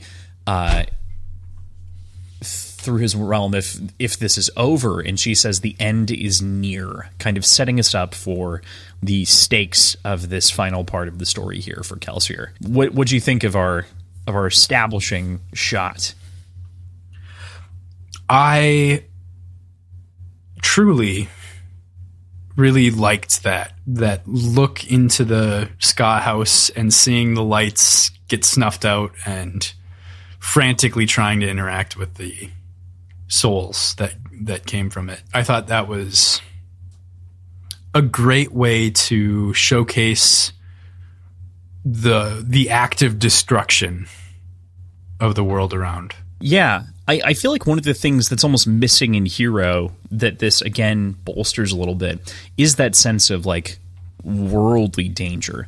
We get a lot of Hero from the perspective of, Emperor Lord Elend, and we see, like, the crop circles begin to diminish and where they're going to be able to grow land diminish. And we get a lot of, like, very general kind of looks of, like, well, people can't live here anymore, or people have moved, or they've left. And this just feels so tangible and immediate that it totally changes the pace. And I really appreciate that too. Yeah. Yeah. It's a great little illustrative bit. After running for weeks post that moment, he suddenly hears Fuzz's weakened voice. He tells him to go to Fadrix instead of where he was heading, to Luthadel. When Kelsier arrives, he's encouraged by the signs of life and activity in the city that are still kind of going around. Preservation lays down a thin line of light for Kelsier to follow, and he does so. In this moment, Kelsier also shares with Preservation about the orb, but Preservation is very clear that he doesn't think that this will help, that it's Vin that is going to have to take this power. But she can't, because Ruin has hold of her, of course, of which we know to be that E-ring, along with other components that are pushing her away from Preservation. Mm-hmm. So this is the part that makes me feel like there's not a way to just teleport across the world other than what we know from Elantris. Because I feel like this would have been the perfect opportunity for Kelsier to stumble upon that ability. If he's very actively and pointedly thinking about Fadrix City, to suddenly show up there would have been a great introduction to, like, hey, maybe I didn't actually need to be running this entire time. But that's not the case. He just turns a little bit and then runs a very far way again. I mean, I think that you could do incidental, but instead I think that keeping the scope limited also isn't a bad thing to say, like, because he didn't figure it out. Yeah, but you're right. I mean, this would be a convenient spot to drop that in. Yeah, there is a decent amount of magic being rooted in intention as well. Mm-hmm. So right. So he would have had to intend to teleport. Yeah, if that's how that works. Right. This is all assumption driven around that exact principle. Mm-hmm. So. Yeah. Right. But Kelsier is led by that thread of light to a city square full of beggars and once again meets the Drifter, who shocks him but otherwise ignores Kelsier. This is a really interesting moment where Hoyd feels the tug of Kelsier and is able to swat back at him almost through the realms. What do you think of the Drifter here breaking realms? I felt like it was odd that he didn't make more of a note to Kelsier or any sort of acknowledgement, really. It could have been so much easier to justify Kelsier's decision to steer Vin away from him if he had made some sort of snide or hostile comment towards Kelsier here. Yeah, and I mean, I think it's also important to say that they're on different realms again. So one of the things that is important to clarify is that Hoyd does Hoyd know that it is Kelsier in that moment? Probably, but maybe not entirely. Like, he can't be entirely sure. He's just being kind of touched through the different realms. Mm-hmm. Good point. So it's tough to say. But I do agree with you, because the next portion of what happens here then is ultimately Kelsier going out of his way and chasing after Vin and feeling alive again as he runs through the city with her and believes that this could be enough for him, which I really kind of love this character moment for Kelsier, where it's like, wow, this is what like being satisfied as a person could feel like. And he could just do this forever, and if he could do that forever, he'd be satisfied. But of course, we know that that's not like explicitly calling Vin the daughter that he's never had. Yeah, which I think he says that in Final Empire at some point. Yeah, he said but that. But it's good to have that backed up again. Right. He also had mentioned that like she would be the daughter that Mare wanted and things like that. Mm-hmm. That was also in Final Empire. But that's been reaffirmed throughout the story, which I think is great. Right. But yeah, to that point. Specifically, like, he immediately does everything in his power, which is limited. He seems to believe that she can hear him, but we know that not to be true. And he's confused by that conclusion that he's made it for himself anyway. But he just, like, waves, right? Or he's just there. I don't think he even waves. At least thinking back to Vin's perspective of this scene, she just sees the mist spirit and gets a bad feeling and jumps away. Yeah, exactly. And it basically just it's more of a vibe than anything else. And I think this gets back to the fact that he's riding like preservation's power in this moment. And so he can't necessarily interact with her while he's holding that power, even though she's spiked by the earring, right? And in theory... Well, specifically because she's spiked by the earring. Yes. Yeah, because of preservation's power and being spiked by the earring. Yes. Mm-hmm. If he wasn't touching the power, as we see later with Spook, we know that they could directly interact. Yeah. So yeah, that's kind of what I was trying to clarify, is that it very clearly seems to be the power of preservation that's holding him back here from doing more than vibing that this is a bad idea, which is basically what preservation is also forced to do in the fact that he basically has to jump up and down and use hand signals to, communicate with Elend in Hero. Right. So, very similar. But she ends up avoiding Hoyd. This is before Hero, right? No, this is Hero. This is during Hero? Yep. Okay. It's in Fadrix. Yeah. So when they're checking out when they're trying to find the different things going on. Yep. So, but this is, what do you make of this being this sort of, what do you make of this interaction? I guess like is kind of the whole core. There's Kelsier and Hoyd don't like each other. It felt and that's forced. The reason that this doesn't happen?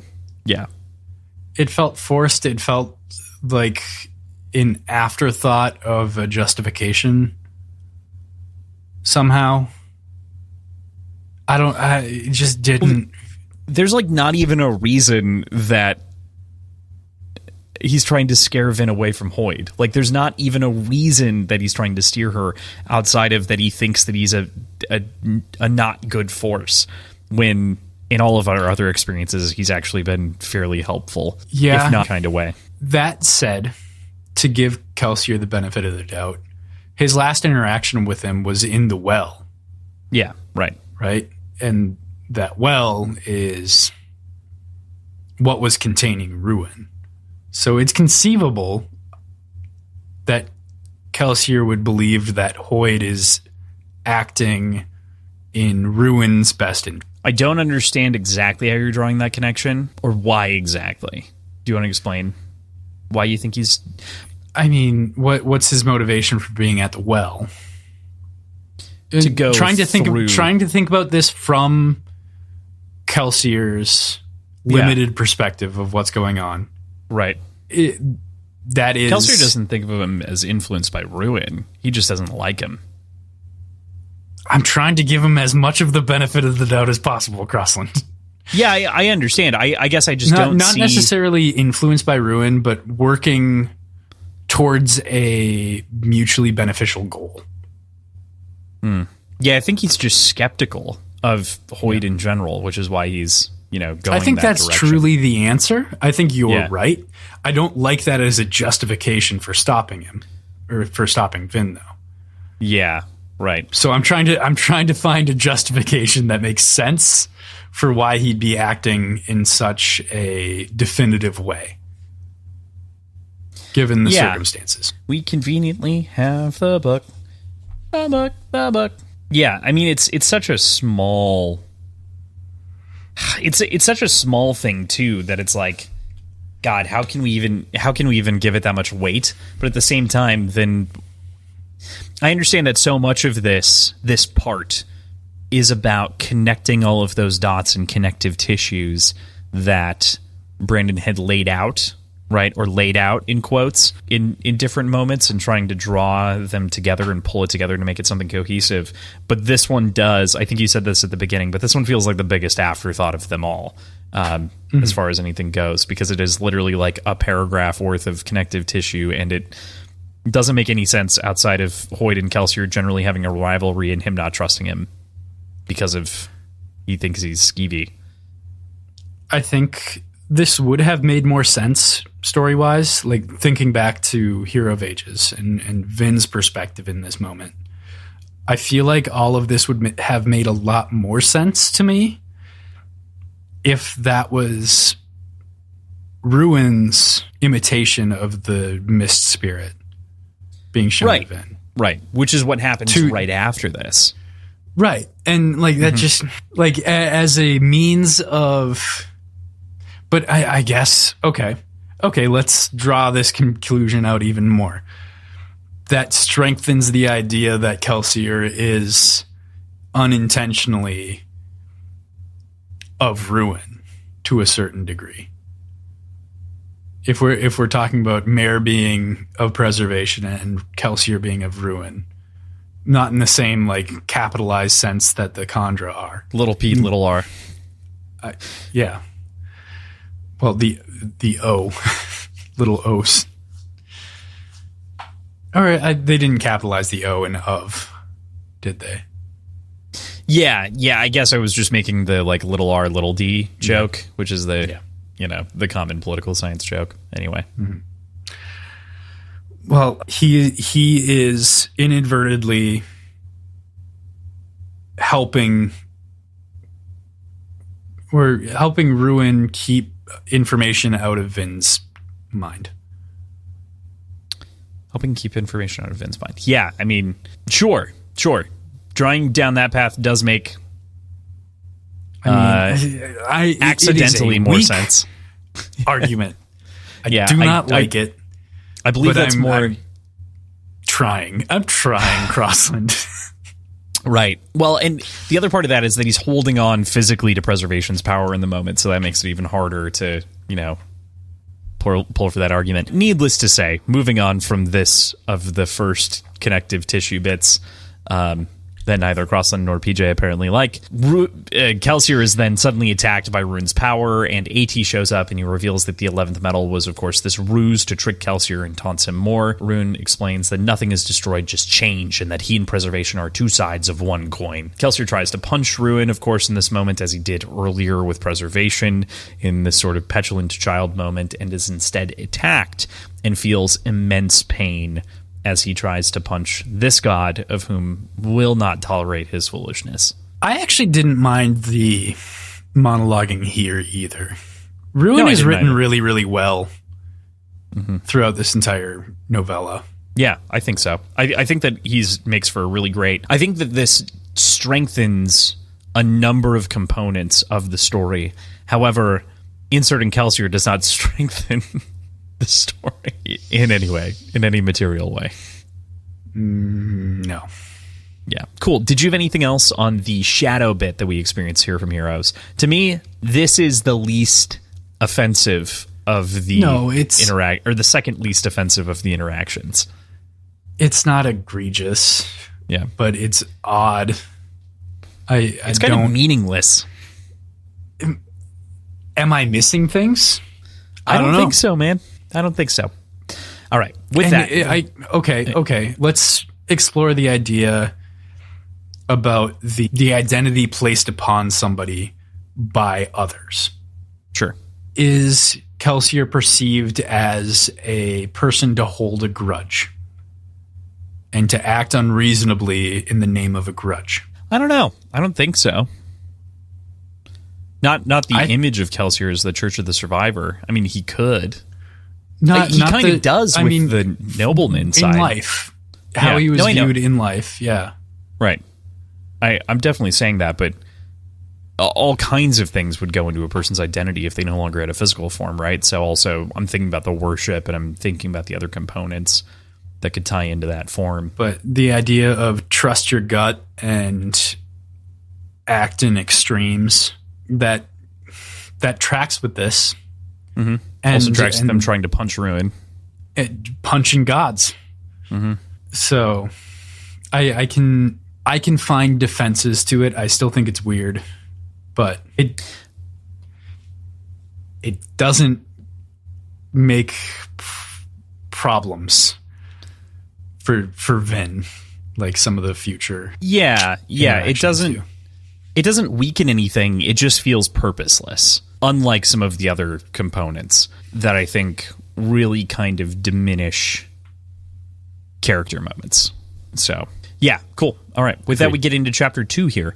Every time Kelsier tries to get close to Vin to communicate with her in Fadric City, as he's kind of chasing around trying to follow her, Ruin blocks the path. Ruin takes over on the form of a spy, and Vin chases after him, leaving Kelsier behind. This is that other shadow, and so she goes from kind of being chased and feeling this jovial moment to then chasing the shadow, as we see in the story. After Vin has disappeared, the Colossus attack Alan's army, of which we know, of course, from this moment in the story, and we get a really interesting action here as the Colossus die and they enter the cognitive realm.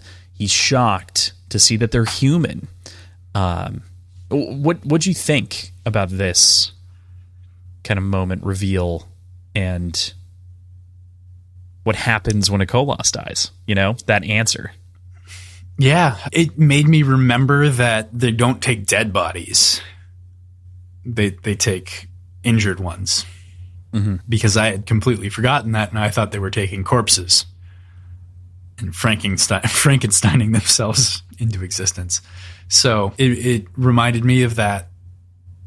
I remember having some thoughts about it when it was happening, and I don't remember what those were. I don't think they were very important, but just the range, I guess, of people that were represented as Colossus was much more diverse than I expected it to be. Yeah, some are women, aren't there? Women. There's an obligator, a dead obligator in the moment as well. Which becomes important. Yeah, because he also explains how Colossus are made to begin with, which is an important little bit here. Right, but specifically that there are women coming into the spiritual realm answers a question, I suppose, that was posed by Vin regarding gender, I guess. Oh, the Hero of Ages and sort of the general... I'm confused. One more time. No, I remember maybe it was Ellen. I can't remember who, but just pondering the Colossus and how they reproduce and are they male and like. I think it's where all the female Colossus was one of the questions. Yes, that was asked, and the fact of the matter is they're there, mixed among them. Yeah, it's just that when stapled together, it doesn't really make a significant difference. All is fair and blue and spikes. I don't know. Okay, PJ. All right. Yeah. Okay. All's fair and blue and spikes. How do you imagine the spikes that are inside Colossus and Kandra? How do I imagine them? Yeah. Well, the Colossus spikes... Sorry, I'm going to start with the Kandra spikes. I imagine them more like tiny nails, like relatively maybe 3 inches long, 4 inches long, like very small little nail boys. Colossus spikes, though, I imagine to be almost like jagged, but they got to kind of be like railroad spikes to some degree because they still have to be pounded through, right? Like, so they still have to have like that rounded head. But I imagine them being a lot more roughshod and a lot less uniform than like an Inquisitor's spike. Okay. What do you think? Now I have to say it. Kandra, I imagine almost like ornate cufflinks. Okay. And Kolas, I imagine like butt plugs. Oh no. Because they're entirely internal.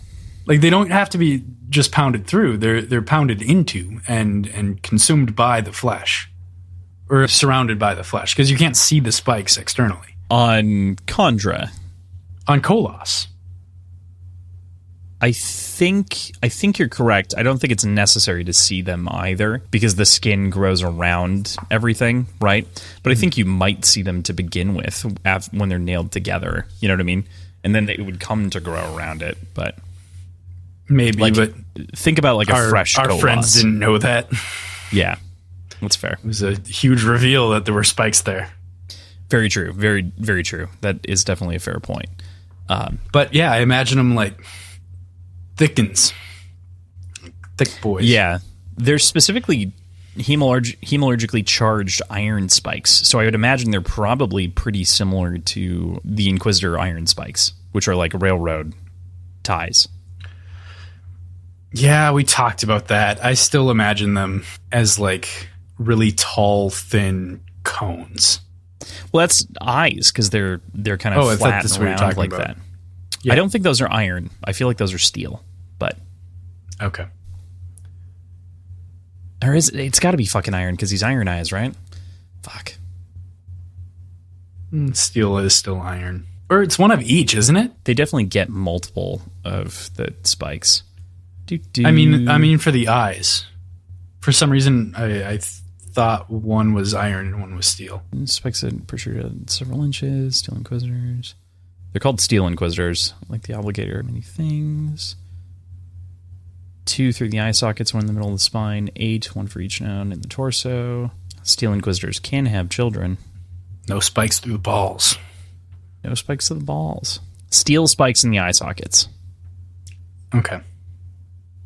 Yeah. Obviously, only certain metals can steal certain metals or certain abilities and capabilities, so that's important. Anyway, okay, that was a good tangent. We love that. Cool. All right. Preservation, then shortly thereafter, we've been talking a lot about the various spikes, shows Kelsier a vision of all the people that Ruin controls in this moment and basically extends his vision. Obviously, there's the Inquisitors, and we also see Marsh in that moment. Vin, we see a man on the throne of Luthadel, of whom is obviously Penrod. We see Spook, and as mentioned, again, the Marsh, Steel Inquisitors, kind of same thing. And he tells Kelsier to get Vin a message, because he has not been able to find a way to do so in all of his various intervenings, and that is to not trust anyone pierced by metal, of which, of course, we know to be a very important rule for what we've experienced so far. Yeah, this is his second attempt, right? There was a failed attempt of him sending a crazy man into the barracks to spread the word, and that got kind of That's actually chapter quickly. 3. That's the next chapter. Oh, is that? Yeah. Okay. But yeah, I was thinking that was before this. Mm-hmm. But yeah, when he like basically accidentally encourages the soldier to start the fight that Demu then fights. Mm-hmm. Or it's very near that moment. Yeah, this metal plate, does it become well? You don't have a metal plate yet in the main story. You don't have a metal plate yet. Ah, shit. We're not there yet. It's not until we get to Urto and then Spook. Okay. And then Goradel runs the plate. And that's right. Marsh kills Goradel, picks up the plate, reads it to Ruin, gets the information. Yeah. Yeah. Yeah. Yep. Okay. Man. Ming. There's just so much that happens. There's a lot here. So let's talk about the little fight. I mean, so Kelsier is trying to figure out the extent of his abilities in Chapter 3 and communicate with the semi-insane soldier to get this message, and he's really not insane. This guy is relatively with it, and he's seeing if he can kind of just push on him a little bit. But the man garbles the message and merely starts a fight with those around him. Rune arrives and is like, "You can't even do what you're trying to do." Ha ha ha! Kind of mocks him some more. And he's Kelsier very decides, like 1950s bully, huh? Kind of. He's kind of got that energy, like Biff from Back to the Future. He does have Biff energy in some of these moments, yeah. And, Rune's been interceding on every individual move that he's tried to make in and around Fadrix, so, Kelsier finally comes to the conclusion that Fadrix isn't the place and decides to go where Rune is less attention-focused. Mm-hmm. Crossland. Where could that be? Could it be Urto? With that, let's go into Chapter 4. So, Kelsier feels Fuzz dying and smashes the orb with Najah's knife. Preservation gives him some final advice in this moment after he, takes that orb, including his last instruction that Laris gives out here, and that is to survive. Kelsier manages to take the power of Preservation after some struggle. Of course, he knows from an earlier conversation that he doesn't have sufficient connection to really fully embrace the power, because he is potentially more of Ruin as we come to understand it. Ruin shows up and Kelsier attacks, but of course, as we know, the Shard Preservation really isn't one of attacking, it's one of preserving, and so he's trying to wield it wrong and is trying to fight the intent of the Shard, which is to preserve. Mm-hmm. So what'd you make of Kelsier picking up the Shard in this moment and beginning to be this counteractive force inside of the story? This fight scene felt a little bit different compared to the previous one, in that he's actually feeling out the rules of this world and what he's able to do and not do. You knew it was coming, or at least I could tell pretty quickly that, like, as soon as he was gearing up to fight while holding the Shard of Preservation, that goes against the entire point. He's not going to be able to, but it still felt satisfying to have that reveal. I liked the way that this part was done. I'll tell you what, I don't like this part. This is when the story falls off the rails for me. I appreciate what Brandon is going for here, but I hate the idea that Kelsier has to pick up the Shard to protect the world and try to slow down the acceleration that Rune is bringing to the landscape, to hold it together long enough so that Vin and Elend can do their shit. That's fair. I agree with you on that. For me, that puts so much emphasis on Kelsier in this moment that I just could not be bothered with. What you're saying is that if Kelsier wasn't here in this moment, our characters wouldn't have had the ability or initiative to actually complete their part of the story. It fundamentally doesn't work for me. Yep. Vin would have never got there if Kelsier didn't pick up the power is stupid as shit.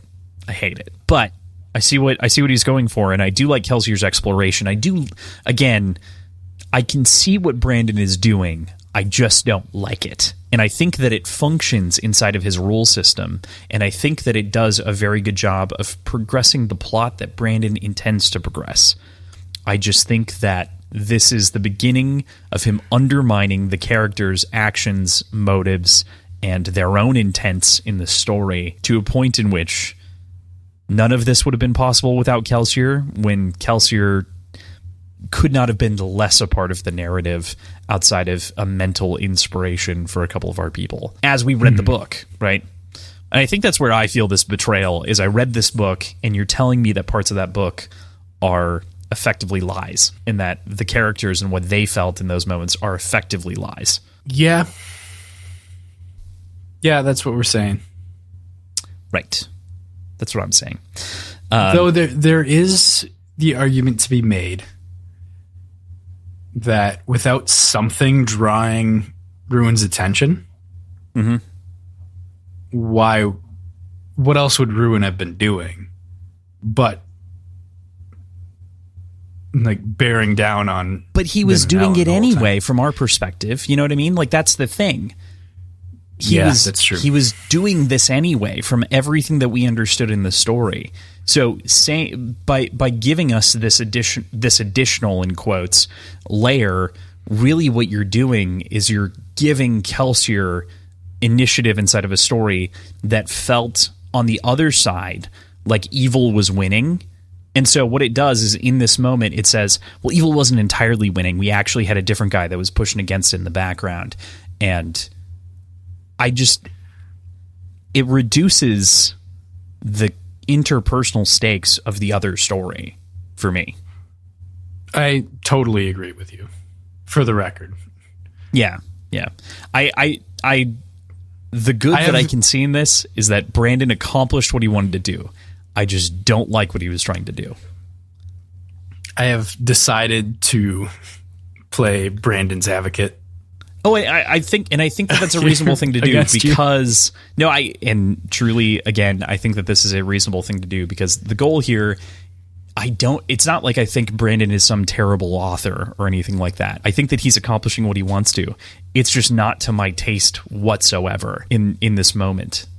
It feels, to me, if we equate things to movies fairly often, and I know that I'm going to be making some MCU jokes in the next book to some degree, but this to me feels like if you told me that Nick Fury was responsible for everything the whole time, and then you showed that movie of him doing everything the whole time, and him accomplishing and like fighting in the background for the Hulk during the Incredible Hulk, or making sure that shit lined up for Iron Man and Iron Man.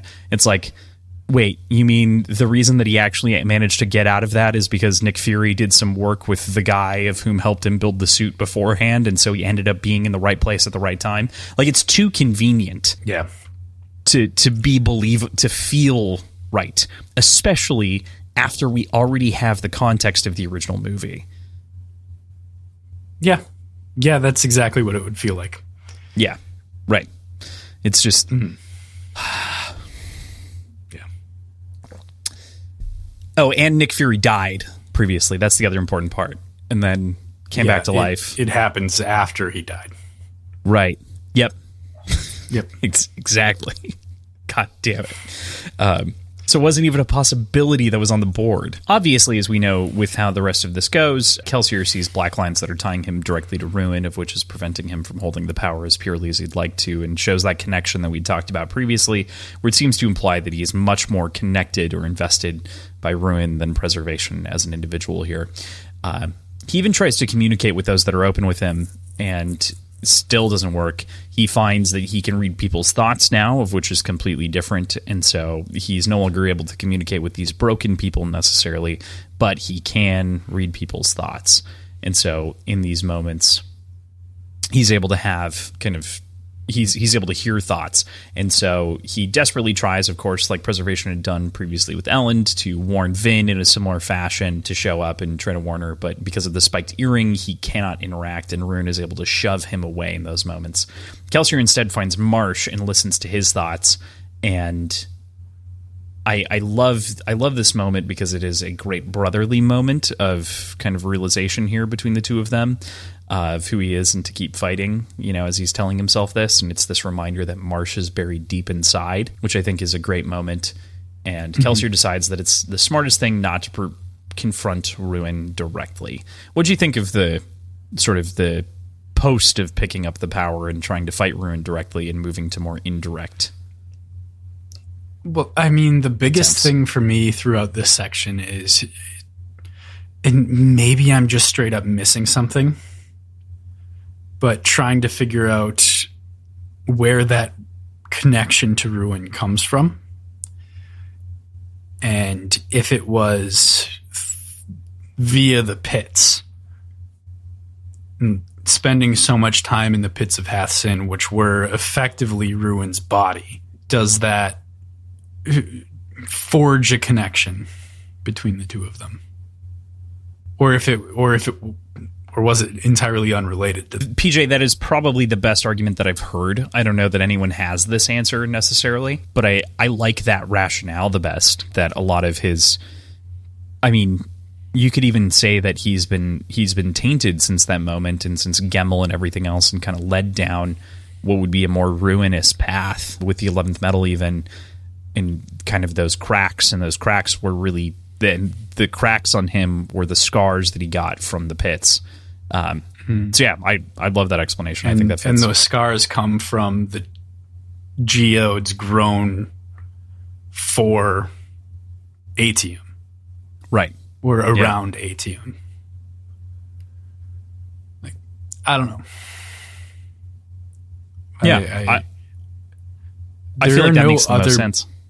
Black lines visible, right? Like he doesn't see puppet strings to other people, just to himself. No, I think it's just to him. Yeah.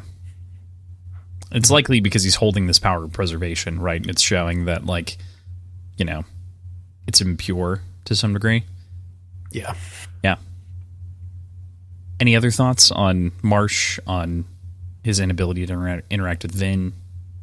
I mean, he starts to make connections with Vin, just personal, not like interpersonal connections, but he's connecting the dots here, I think. And is he able to read Vin's thoughts? Does he try? No, because of the earring, right? Then how is he able to read Marsh's? Maybe he can. I think he's kept away from Vin, which is why he doesn't That's read. Right. That's right. Yeah. Yeah. But I do like the sort of touching moment there with Marsh and looking into the gooey center of this hard exterior. Mm-hmm. Yeah. It does unfortunately set up what I think is one of the biggest betrayals of this story to me, but it is a sweet moment in the moment. Unfortunately, I'm going to have to rail against that decision in a little bit here, but yeah. Yeah, cool. All right, with that, let's go to Chapter 5. Kelsier searches for places that Ruin is paying less attention to, and of course lands on Orteau and where Spook is located. This is a big deal for them because it's going to allow for them to transition elsewhere. Ruin, in this moment, is urging Spook to murder, as we know, to kill the citizen who's the leader of Orteau. But the plot is not necessarily among his priorities. We know this, especially because he appears to just be able to drive Spook to kill, if we remember from Hero. He's not able to really think of more complex thoughts in different moments when he's away and gone and there and gone and everything else. But Kelsier is able to approach Spook and notes that there are lines of connections between them stronger than those of Marsh and Vin, and so is able to more directly interact with him. What do you make of kind of the first chunk of this chapter? What I make of it is, nah, it didn't happen. We can skip the next few sections, and Spook can retain his authority over himself, his agency. Yeah. That's the word I've been looking for all fucking day, by the way. Like, I finally got it right when we started this episode, but what did I say? Like, something like identity or autonomy. Yeah, you said autonomy. But not quite. Yeah. I'm looking for agency. Yeah. Go ahead. Yeah, no, I think you and I are pretty much on the same page when it comes to this one. This one is rough. The second most egregious. Worst to me, again, is Marsh. We'll get there in a minute. But this is horribly egregious. I remember when we were originally covering this, and you were like, what if it's actually Kelsier? And you were just so in on that. And I was like, I don't know. I feel like that would be a really bad idea that would take away Spook's ability to make decisions in this moment. And I was actively fighting against the argument of it being Kelsier, the actual Kelsier, in those moments, because I just gotten off of my second read through of the story being angry about it again. Yeah. I don't know if you remember that. I remember that conversation. I very clearly remember arguing for almost an hour about agency, whether or not this was actually Kelsier, and I was kind of letting you go in your directions of like, well, could this be Kelsier? And I tried to very specifically say, not no, but that how. I kept trying to get you to how could it be Kelsier, and why how would is that not feel my good? problem? Right. It was not your issue. No, I mean, I don't have to figure out how. Yeah. I just have to guess stuff. Is it better that it was actually Kelsier, PJ? Does it feel better? No, it feels way worse. It feels so bad. Okay. The lines of connection are fascinating, I think, and Big C connection that kind of feel cheatery to me. What do you think? Yeah. What? I understand it's a big part of realmatic theory and identity and kind of everything there in the way that it plays into these different realms, but it just feels like a very suddenly introduced new mechanic that didn't have enough time to make a good payoff. Mm-hmm. Yeah. Yeah, there isn't exactly a payoff at all here. Yeah. Especially considering, he notes that he has other connections with Vin and Marsh, but that his with Spook is stronger, which is... Yeah. I think, if anything, is due to his Spook's idolization of Kelsier more directly in the way that he's kind of fixated on him in a big way. So that makes sense to me. It makes sense. I get it. Mm-hmm. But introduce it earlier, man. Right. Or let us explore let us just live in the world where he has little threads of connection to people for a little while and then be surprised by one that's, hey, a little bit stronger. Yeah. But instead, it's just jumping straight into the strongest connection of this new mechanic. And I think the counter argument, again, because we're wielding the Branderson counter arguments against each other as needed on this show to make sure that we aren't just bashing. But I think the counter argument is that, well, the connection wasn't really apparent until he was holding the shard. And so it isn't until he's holding preservation that he wouldn't see the connections. And I agree. I still agree with you 100%, though. Yeah. But this is more about storytelling than like order of operations. Right. Why didn't we potentially see someone else? Why didn't we bump into Sazed and see that there was a connective line, for instance? Or random members of the Church of the Survivor. Yeah. Just some form of how they would be connected. So, yeah. Yeah. As Ruin rages on, of course, Kelsier says hope over and over and over and over and over and over and over and over and over and over and over. Oh my God. How... This is where I get frustrated with Spook specifically. All he had to do with Ruin sitting there and raging is say hope quietly. Hope. And that's what gave Spook the ability to overcome as opposed to some internal fortitude. It was Kelsier sitting there whispering hope while holding on to a god's body. Like, yeah, I don't like that. I don't know, man. And then yelling survive. Okay. I can get behind that one. Considering the passing of the torch. And considering that's the phrase that got him through the pits of Hathsin. Like I can justify that one as a decision of something to say. But right. Yes, as a decision, as something to say, sure. Again, I don't think we should have put ourselves in this situation to begin with, and so we would avoid this problem entirely, because the metaphor of Spook copying his idol and forging in the path of his idol is far better as a character arc than his idol showing up in a spirit realm to guide him physically to the end posts by shouting at him from the spirit realm. Yeah. This one bums me out. Yeah, I'm not going to try to poo-poo this one too much more because I feel like people can understand where my damage on this comes from without looking too much harder or critically at it. I still better like the assumption that we ultimately landed on when reading the story of it entirely being a ruse by Ruin and saving him as a means of better strengthening that bond and tricking him into acting as a pawn. Well, I think that is what's happening, but then he removes the spike when Kelsier shall survive, right? So he is a pawn up until that moment, and it is Ruin as Kelsier up until this moment in which Kelsier actually shows up. Yep, you're right. Yeah. On top of that, I'm doing my best to remember what happened. I know. It's all good. It's all good. Spook then springs into action after he yells survive. Ruin chooses not to stop Kelsier, but he does start to burn the city down to cover up this immediate failure.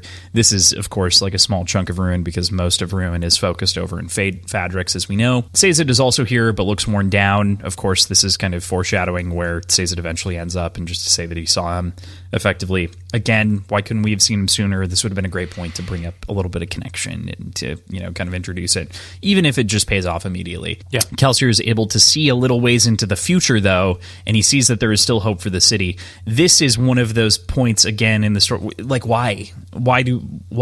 Yeah. And then he takes this, like, nugget of future, which is cool because, sure, the shard can see a little bit into the future. We get some of that from Harmony. Like, he can see a little bit, but he can't see too far. We get that beforehand in Era 2. So we get some understanding there.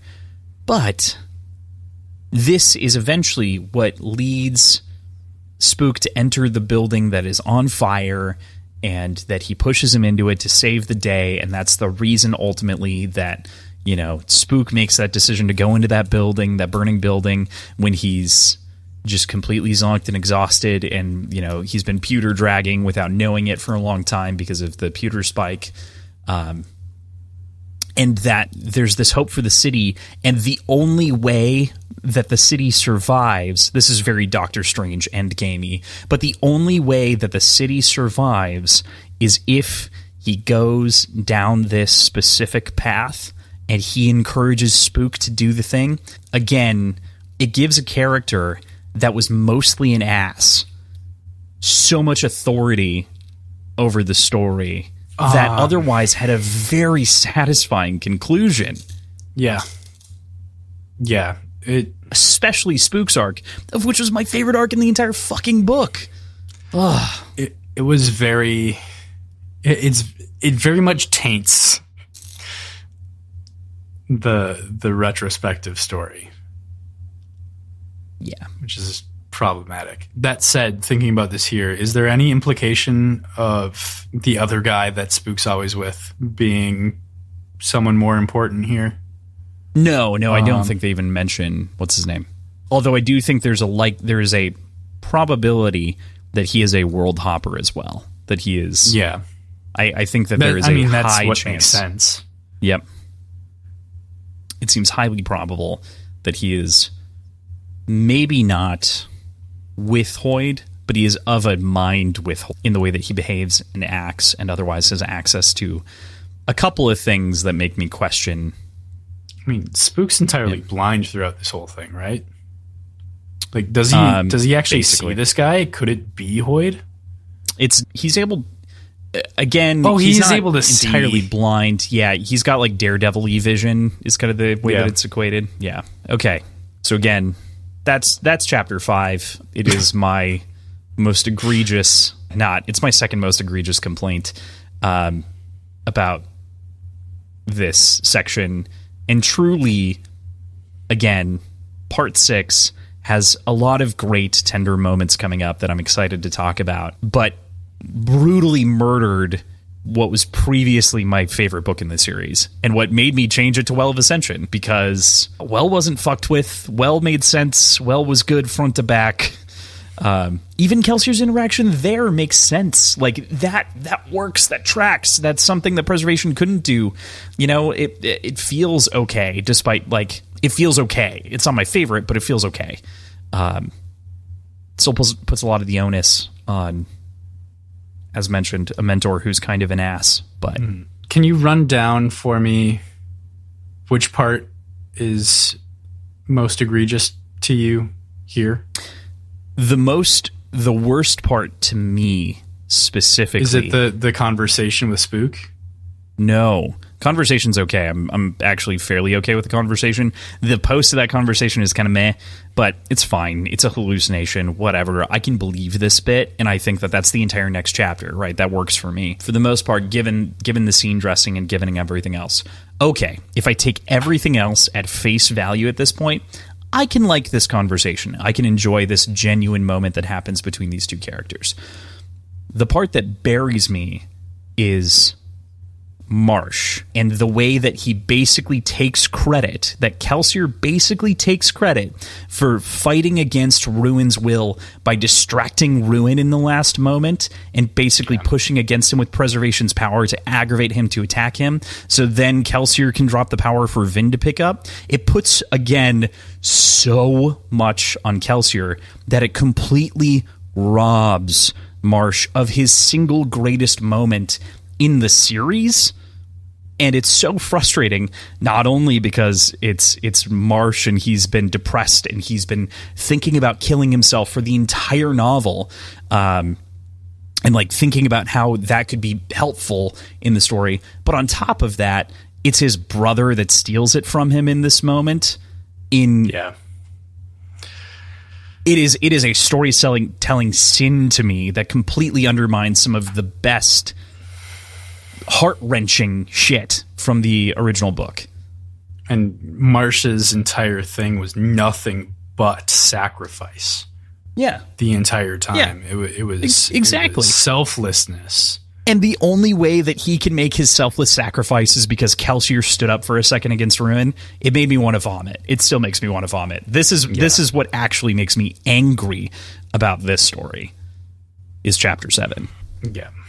And it's not, it is such a tiny section, but it did so much retroactive damage to the decisions that Marsh made. And to say basically that Marsh, even your best efforts weren't enough without Kelsier being there in the background to pull the ripcord so that you could do what you wanted to do. Mm-hmm. Is this 7 or 6? We still have to talk about 6, but it is chapter 7 in which that happens. Okay. You were asking what was egregious that I was mad about. That's where I'm confused. Okay. Yeah. Well, you were asking what was the worst, and it's like, that's the worst. But well, you said this next section is... Oh, I thought I said it was coming up. Part. No, chapter 6 is fine. Okay. We could talk about chapter 6. Okay. Chapter 6 is, as mentioned, the conversation that happens between Kelsier and Spook. They're kind of lounging in some green grass in like a half-dream state, wandering over. This is when he's deliriously laying on the bed and kind of half talking with Seiza in the room as well, which is interesting. Spook has been devoted to Kelsier, as we know, and both have had broken spirits, but both had resisted Ruin as well, building a strong connection between them. We find out that that's why this actually exists, not just some faith in each other, but also because of their mutual broken spirits and their ability to push back and resist. Kelsier, in a moment of profound... I truly, like, this moment moves me each and every time, is when Kelsier tells Spook that he's a hero. Spook, of course, should know that, but it is just this great moment of acknowledgement from the guy that he looks up to the most. And I think that if Kelsier didn't have to nudge him physically... Exactly. If Kelsier didn't have to nudge him from the spirit realm to get there, this would be a blissful moment of catharsis for me. This would be an amazing moment, an incredible moment of like, holy shit, fuck yeah, Spook, you got yours. Like, you got exactly what you wanted. And it would feel incredible. It still feels pretty good, but it doesn't have... To me, it doesn't have that same sort of release because we've undermined Spook's actions, and so he didn't actually get to really be the hero. Kelsier got to be the hero, shoving along a physical pawn to do the work. But I still really enjoy it. What'd you think? I can't give up the Spook rant, unfortunately. I really did enjoy because we are dealing with a kid, right? Like, he's still a child here. So that's something to take into consideration a little bit. I liked the explanation of this is a half dream, because truly it kind of is. Or maybe that's the best way to describe it without getting too deep into the weeds. Yeah. I didn't love the "you're a hero" bit of the conversation, because it does feel patronizing, and it doesn't feel genuine or sincere. It feels self-congratulatory to a certain extent. It's written genuinely, which I think is the worst part, is that it's almost as though, to me, it's almost as though Brandon is a little bit unaware of how this could potentially come off, or Kelsier is unaware of how it could sound. Maybe it's not Brandon being unaware. Maybe Kelsier is just unaware of how that could sound based on the happenings there. I don't know. I don't know. I don't know how to defend this one. Yeah.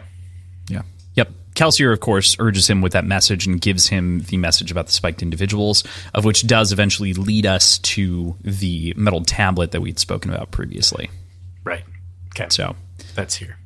Yeah. So he gives that information, and then, when Sazed's like, how do you know that? He's basically like, Kelsier told me in the original book. And it's like, oh, what? And we're to believe in that moment that it was something else. It was a different spirit. But in fact, it is actually literally Kelsier in these moments. Yeah. So we go to chapter 7, of which I've already beefed part of the Marsh beef with. Yeah, we but I have go to the beef other sections. I have to beef the first part of the Marsh beef, which is that Kelsier watches Gorodel ride across to try to deliver the information, and ultimately Ruin summons Marsh to kill him. We've seen this from Marsh's perspective as he's murdered in that moment, or from Gorodel's. I can't remember whose perspective. I think it's Marsh. Yeah. And, Kelsier watches on as Gorodel isn't going to make it. And then Kelsier meets Gorodel as he passes through the cognitive realm and finally gives up hope. This moment felt like one of the few moments that I felt like didn't pass without getting its due, if that makes sense. Gorodel is specifically highlighted as someone that Vin believes that Kelsier would have killed, right? And is then paraded throughout the entire story as this huge accomplishment, a triumph almost on Vin's part, because he ended up being so critical and important. He survived, and because he lived. And in this moment, the story finally buries him, and then he kind of goes out with a whimper, and he meets Kelsier, the guy who would have killed him, and it just kind of, it doesn't sit right compared to. And I get it. It's the loss of hope in this moment, and it's sort of the darkness of the end of the world coming and bearing down. But I couldn't help but feel like this meeting was the most lackluster when it had the most metaphorical potential, I think, if that makes sense. It does. He is.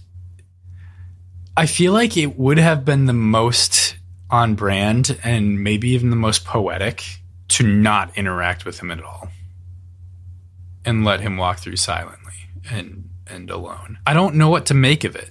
Like, is this a caricature of Kelsier? Is it not? Is it just surface level thing? Like, I don't get it anymore.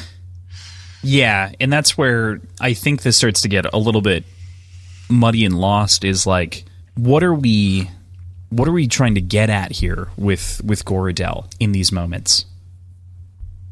So, again, I try very hard not to spend a whole lot of time bashing any author, and again, I don't bash Brandon for this. I just disagree with the storytelling. I think Brandon's a great author. He's written many books that I like quite a bit. This just happens to be the one that I dislike the most. And yeah, so and by a substantial margin. I think that's the other thing to note here, is like, it's not like it's just the worst of the pile. It offended me, not my sensibilities or anything like that, but I just felt like I felt a little betrayed as a reader personally, but neither here nor there. Okay, so as mentioned, Kelsier realizes that Ruin is not complete without the Atium, so there is still hope in these moments, and he watches as Vin fights all these Inquisitors and then is tortured by Marsh. Kelsier then attacks Ruin to distract him, as we had mentioned previously.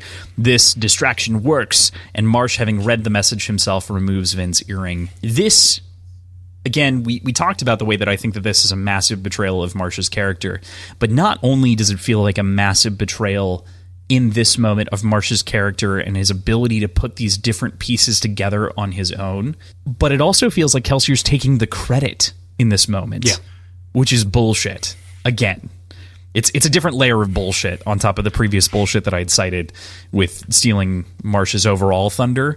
It's also undermining Marsh's fucking intelligence. It makes him feel like Frankenstein's monster almost, as opposed to the man that we know. Like, we've lived inside of Marsh's head. We know what he thinks about. We know he's in a challenging spot, and he is doing everything he can to mentally push against the bounds that he's found himself in. Yeah. But he's not a simpleton, you know? Like, man, simpleton. That, no joke, that's kind of what Marsh begins to feel like in these moments. Truly. Yeah. Yep. So this is the one that offends me the most, for the record, in case that wasn't clear. I think most of the Vin stuff, in all honesty, by comparison, I think the Vin stuff is fine. I think the Ellen stuff is mostly fine. You can mostly get away with that. For me, it's Spook and Marsh that are the most heavily undermined by this.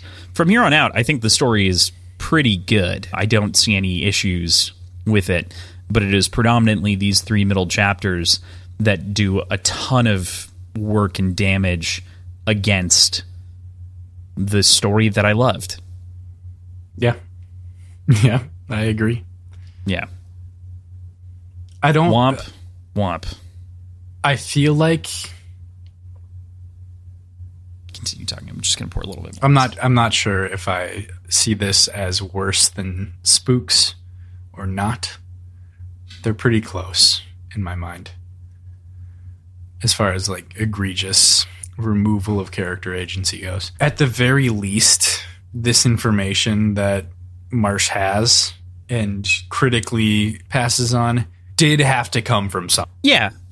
And I mean, it does. I have no problem necessarily with Kelsier passing on this information to Spook, or even, I mean, there's a rationale for Spook to have mostly put this together when he pulled out the spike on himself, because he was doing that inside of his internal monologue anyway. So, I mean, it could have made sense for Spook to have just done it to begin with and to have been the one to pass on the information. Kelsier doing it's fine, but I don't love the credit that gives Kelsier over Marsh. And I especially don't love the way that influence then pervades into the only way that Marsh was able to break free in this moment is because Ruin was entertained and distracted for a second. Yeah, that's dumb. I really enjoy anime. Anime as a storytelling form is its own thing. This feels so anime that I hate it inside of this storytelling medium. It just degrades it. Okay. Debases it. I'll take your word for it. Yeah, I know. I get it. Okay, cool. So, Kelsier then ultimately is able to cede the power to Vin when the earring is removed from her, of course, and she ascends in that moment. But Ruin continues to attack him. So, they then go off and fight, and we enter Chapter 8. So, Chapter 8. Kelsier is in agony, reeling from the damage caused by Ruin, and feels the pull of death again and the stretching into the beyond, and he has this possibility of giving up and letting go and being with Mare, but ultimately he decides not to die, and this is a choice that is available to him by virtue of being ascended. So he is choosing not to die in this moment, and there's something very specific about this that Brandon says, which is that he's choosing not to die or stretch into the beyond. He would have to choose to go into the beyond or be completely obliterated or destroyed, as though there's another way to wipe someone out without sending them to the beyond, which is fascinating. Yeah, because that is the spiritual realm. Yeah. You gotta break your spirit. You'd have to annihilate someone's spirit, in theory, or crack it up enough. like soup. Yep. Just like that. You're welcome. You're all welcome. But his soul is deeply wounded in this moment, and in time it begins to repair, and he feels it kind of knit itself a little bit back together. Ruin is way too distracted in this moment to actually finish him off, and Kelsier gets to watch this final battle between Elend and the Koloss, and Vin struggle with Ruin that happens at the same time.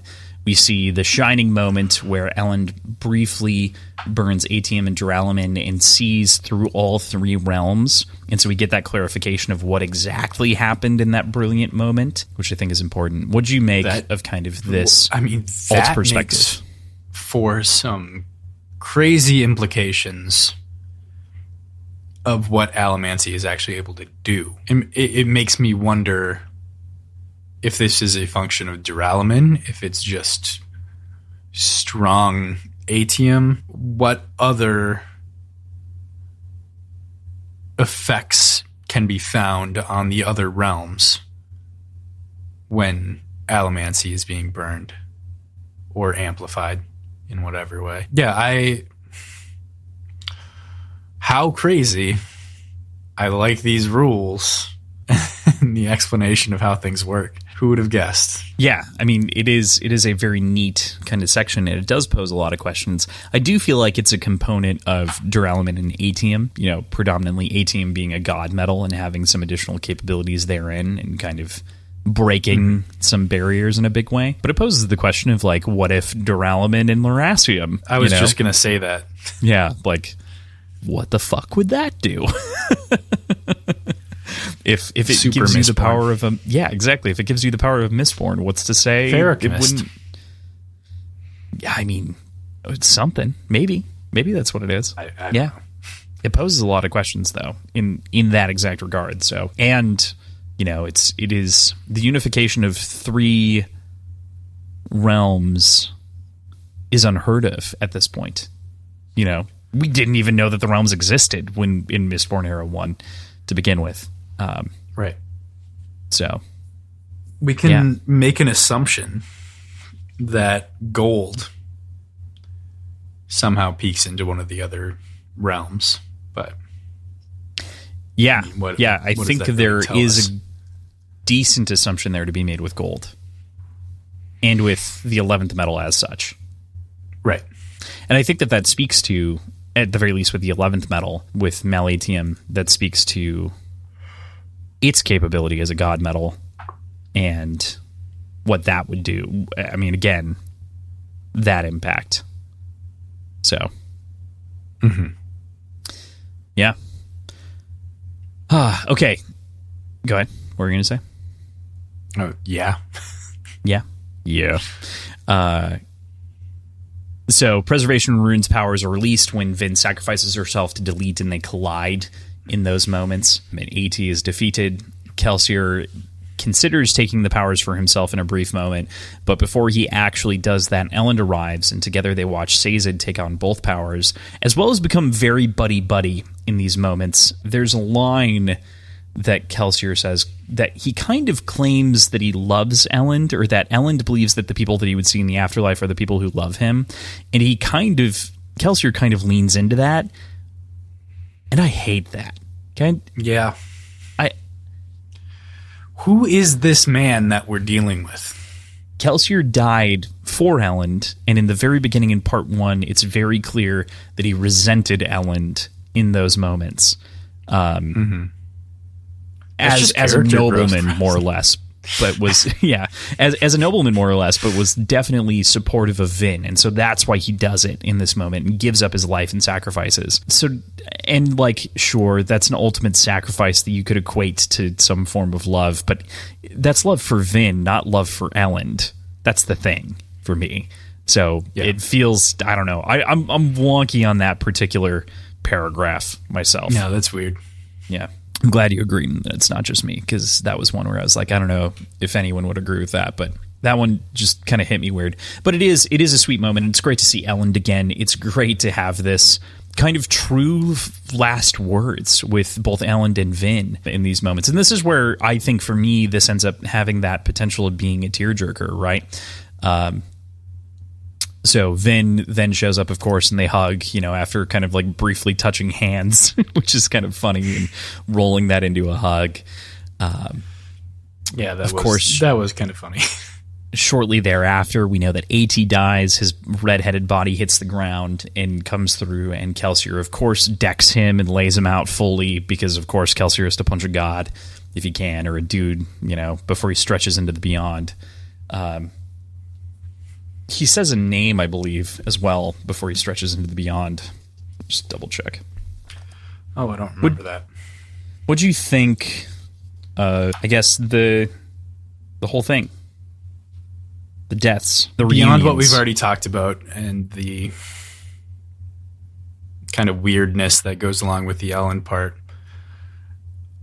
I didn't mind the interaction. Punching Ruin again is weird and unnecessary and doesn't help back up the character growth argument I just jokingly made. He says Vax.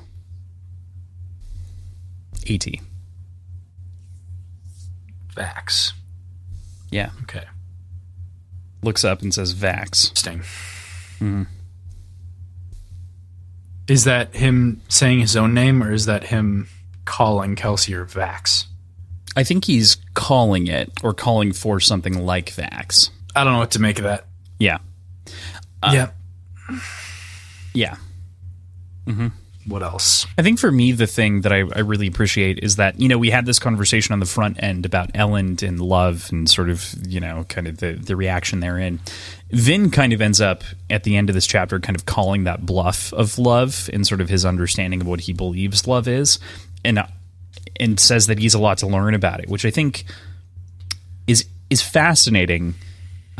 Because I think it does, at the very least, do a decent amount of character lifting for Kelsier, saying that you've got a lot to learn, dude, from, his little mentee, of whom was literally a god and who chose to give up the power and die. Yeah. That is good. I don't have a lot of really concrete thoughts on it. Sure. Beyond what we've already said. The line that she says that I really love, your sacrifice was amazing, but to do the things that you do, to defend the world, you had to become something that worries me.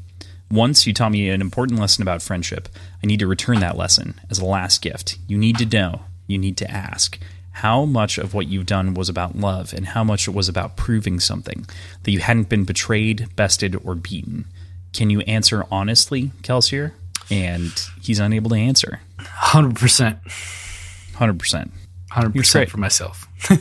100%. I did great. And then Ellen and Vin walk off into the beyond. I do like that they got to do that together. Yeah. Yeah.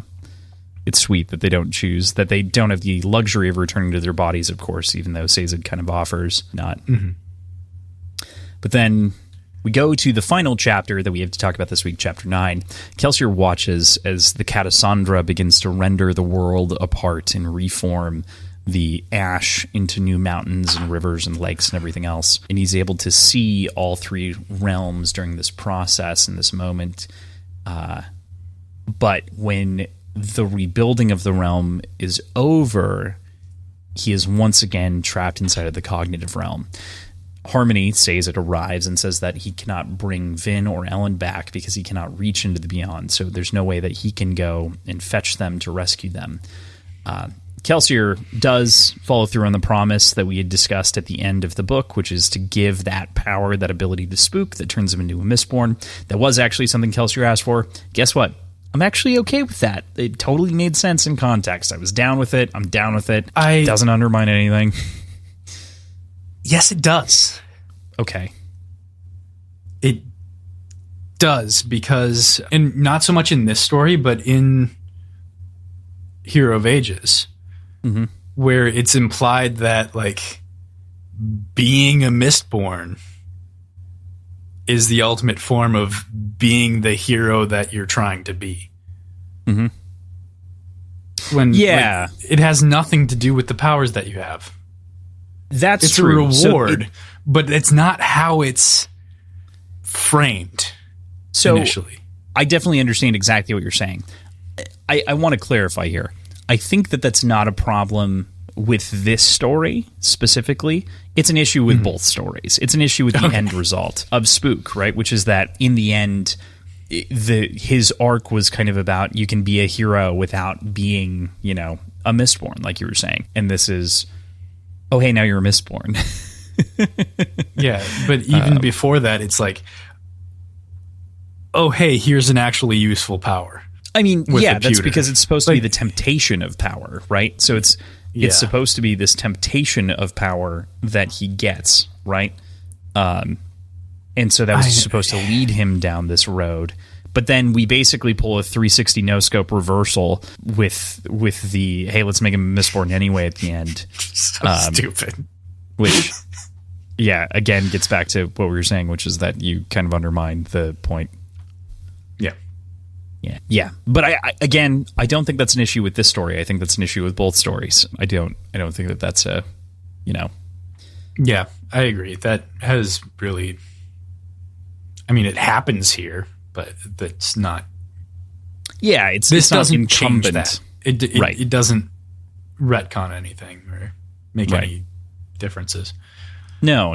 It just gives us context that it was actually Kelsier that asked for this, and it wasn't from it wasn't Kelsier from the beyond. It was just the spirit of Kelsier, which is kind of the beyond, but you get the point. Yeah.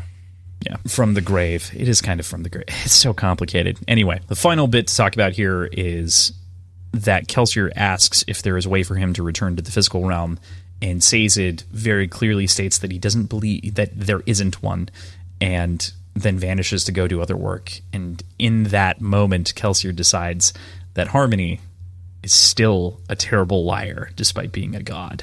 Sure. Okay. That's a weird conclusion to end the story on. I don't know. Is it? I feel like it is. It gives him something to chase. Sure, but it still just reduces him, maybe not in quite as aggressive of a way, but it still reduces him to that sort of petulant child mentality. I mean, yeah.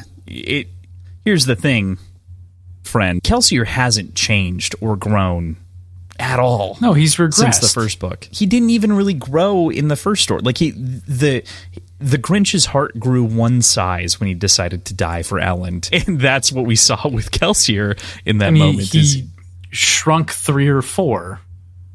Not heart sizes, but just I don't like the character of Kelsier as portrayed in this story. Sure. I guess my core point here is that this sets up something that ultimately Kelsier hasn't really had a character arc. You could say that he had the character arc of coming around on Elend, but even then, with the way that this story paints, the way that he actually feels about the nobles still and really didn't care about Elend that much, in the end, it's kind of a wash. So it feels as though he hasn't had a character arc. This sets him up for a journey, at the very least, to say, hey, my next thing is figuring out and finding a body. And perhaps over the course of trying to find a body, Kelsier might also find a soul to develop into something else. Good point.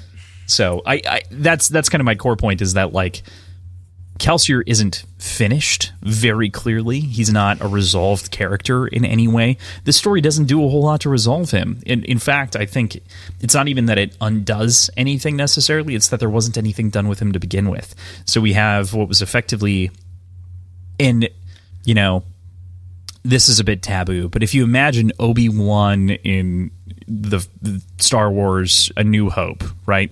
He's a one-note character. He's a wise guy. He doesn't have any growth to actually go through and do. That's what Kelsier was for the most part. And now basically what we've done is we've revived the Force ghost of Obi-Wan Kelsier, and it's like, okay, but Obi-Wan, you were kind of a racist and we should fix that, right? And he's like, sure. And that's where we're at on the door right now with what the next potential is, if that makes sense. That does. Yeah. So that's just sort of the end-all be-all of what I think the story does, is it sets up a potential for Kelsier to change and become a character. And with the end of Bands of Mourning, we kind of know that he gets a body. Maybe. It seems like he's got a body. Mm-hmm. Scars on the arms, blue allomantic lines drawn from his eye hole. Seems like a body to me. We'll find out. We will find out. All right. final note is the epilogue, which switches for the first time in the story to Spook's perspective, to anyone else's perspective but Calcier's. And we get kind of this moment in his humble abode, of which is 2 stories, which is taller than everyone else, of whom's living in shacks and shanties trying to build the city and put it all together. He refers to it as a mansion. Yeah, he does refer to it as a mansion by comparison, which is very funny. But he ultimately gets these, and he is instructed to build an earring or have an earring built out of one of the Inquisitor spikes, and then has a conversation with Calcier about hemalurgy, setting up this potential for Calcier to come back as the two begin to interact and plan and plot. Yeah. Can't wait for Secret History 2. Mm-hmm. Here's the thing. I am looking forward to The Lost Metal, though. I am also looking forward to rereading The Lost Metal with you. I would say I could imagine a Secret History 2 being significantly better. You can't really ruin something to the degree that I don't think you could ruin something. Be careful to what the degree. You wish for. Yeah, fuck me. But yeah, This is kind of the end of the episode, of course, so feel free to skip out if you don't want to hear us kind of rant and rave more about this. But ultimately, don't tell everybody to skip out. I don't know what else to say. If you haven't had a good time up until this point of us being, kind of critical of the story, I realistically, I think this is the first thing that we've really hammered on at all. The Stephen King short story. We didn't really hammer on that even, though. Like, we were just like, it's short. It's not a whole lot. I could have picked a better one. It's fine. But this is just... I totally get why people love it. And I think a lot of people also reading this viewed it as re-experiencing that story for the first time. But I think that if you are deeply entrenched in the idea and experience of trying to take these characters and try to consider everything, it's a fine summary. It reintroduces Calcier into the mix. But I think that was a banana split that just got too much whipped cream. Sure. I think of a metaphor. That was the first thing that came to my mind, so I said it. But I do like a majority of the story. Right. I'd say. The highs are really high, actually. Yeah. Yeah. So I don't feel too bad about us being critical of anything here. Yeah. Again, I don't know if I need to again, but this is my least favorite work of Brandon Sanderson's. I never want to read it again. I think I will never read it again. I don't think you have to. I don't think I will ever again. It is in one of the signed books that we got done, which means ultimately that I may flip past it a couple of times in the future. But yeah, we talked about this a little bit at the top. This is a unique story because, again, it's not a prequel. It's kind of a midquel. It fills in details. And I think, if nothing else, for me, this was a very cautionary tale of you got to be really careful with some of this stuff. Like, even though all of these seeds were there in the story previously for the most part, and then he's just tugging on them to tell us what was behind them, those were really dangerous tugs, and sometimes the walls came down. Yeah. Yeah. Puppet strings frayed. Whichever metaphor you want to go with. Mm-hmm. All right. Cool. Well, that's it. All right. For this. Appreciate everyone sticking it out with us for what was undoubtedly a very different episode than typical. I think that more often than not, we try to approach things from the why this is good actually angle on just about everything. And we tried to bring as much of that as possible in addition to something that was otherwise just heavily laden criticism. Cool. All right. Well, with that, next week we begin the Lost Metal reading chapters 1 through 10. So I'm very excited. Prologue? Oh, prologue, yes. Prologue through 10. I forget. It's like 70 pages or something like that. It's a fairly standard read for what we've been doing. So very excited to jump into this story. Very excited. Me too, man. You know, it's very interesting for a couple of different reasons. A, it'll be the second time I've read it. I did do a physical read through and then an audiobook listen through. So I've technically read it twice, but realistically they were kind of back to back and going at the same time. So for comprehension's sake. And I'm very, very excited to explore this, kind of a fresh thing with everyone else. I know a lot of people are done with it already, and so they're going to be very into kind of the breakdowns. And yeah, I'm stoked. The end of Era 2 is upon us, PJ. Let's go. Let's go indeed. So that's where we'll leave you for this week. Thank you, as always, Tim and Andrew, for allowing the show to continue to exist through all of your hard work. You can check out our show notes where you'll find links to our schedule, our Patreon, our previous episodes, our websites, all of our social media accounts in one very convenient location. Yeah, absolutely. And in case you were unaware, that would be Words Whiskey Pod on Twitter, Instagram, and Reddit. You can reach out to us via email at wordsandwhiskeyshow@gmail.com. You can join our Patreon at patreon.com/wordsandwhiskey, and you can currently find our t-shirts on TeePublic. This week, we also got the fantastic Spotify Wrapped, and just want to say thank you all for listening to us as fervently as you do. It's a bit crazy. We calculated the total number of hours of audio that we put out and then decided to put it into days. And PJ and I, this year to date, have put out about 4.5 days worth of audio. And most of you fuckers have listened to most of them, which is crazy. So if you are lacking in our voices, something we don't highlight every time, but we do highlight the Patreon.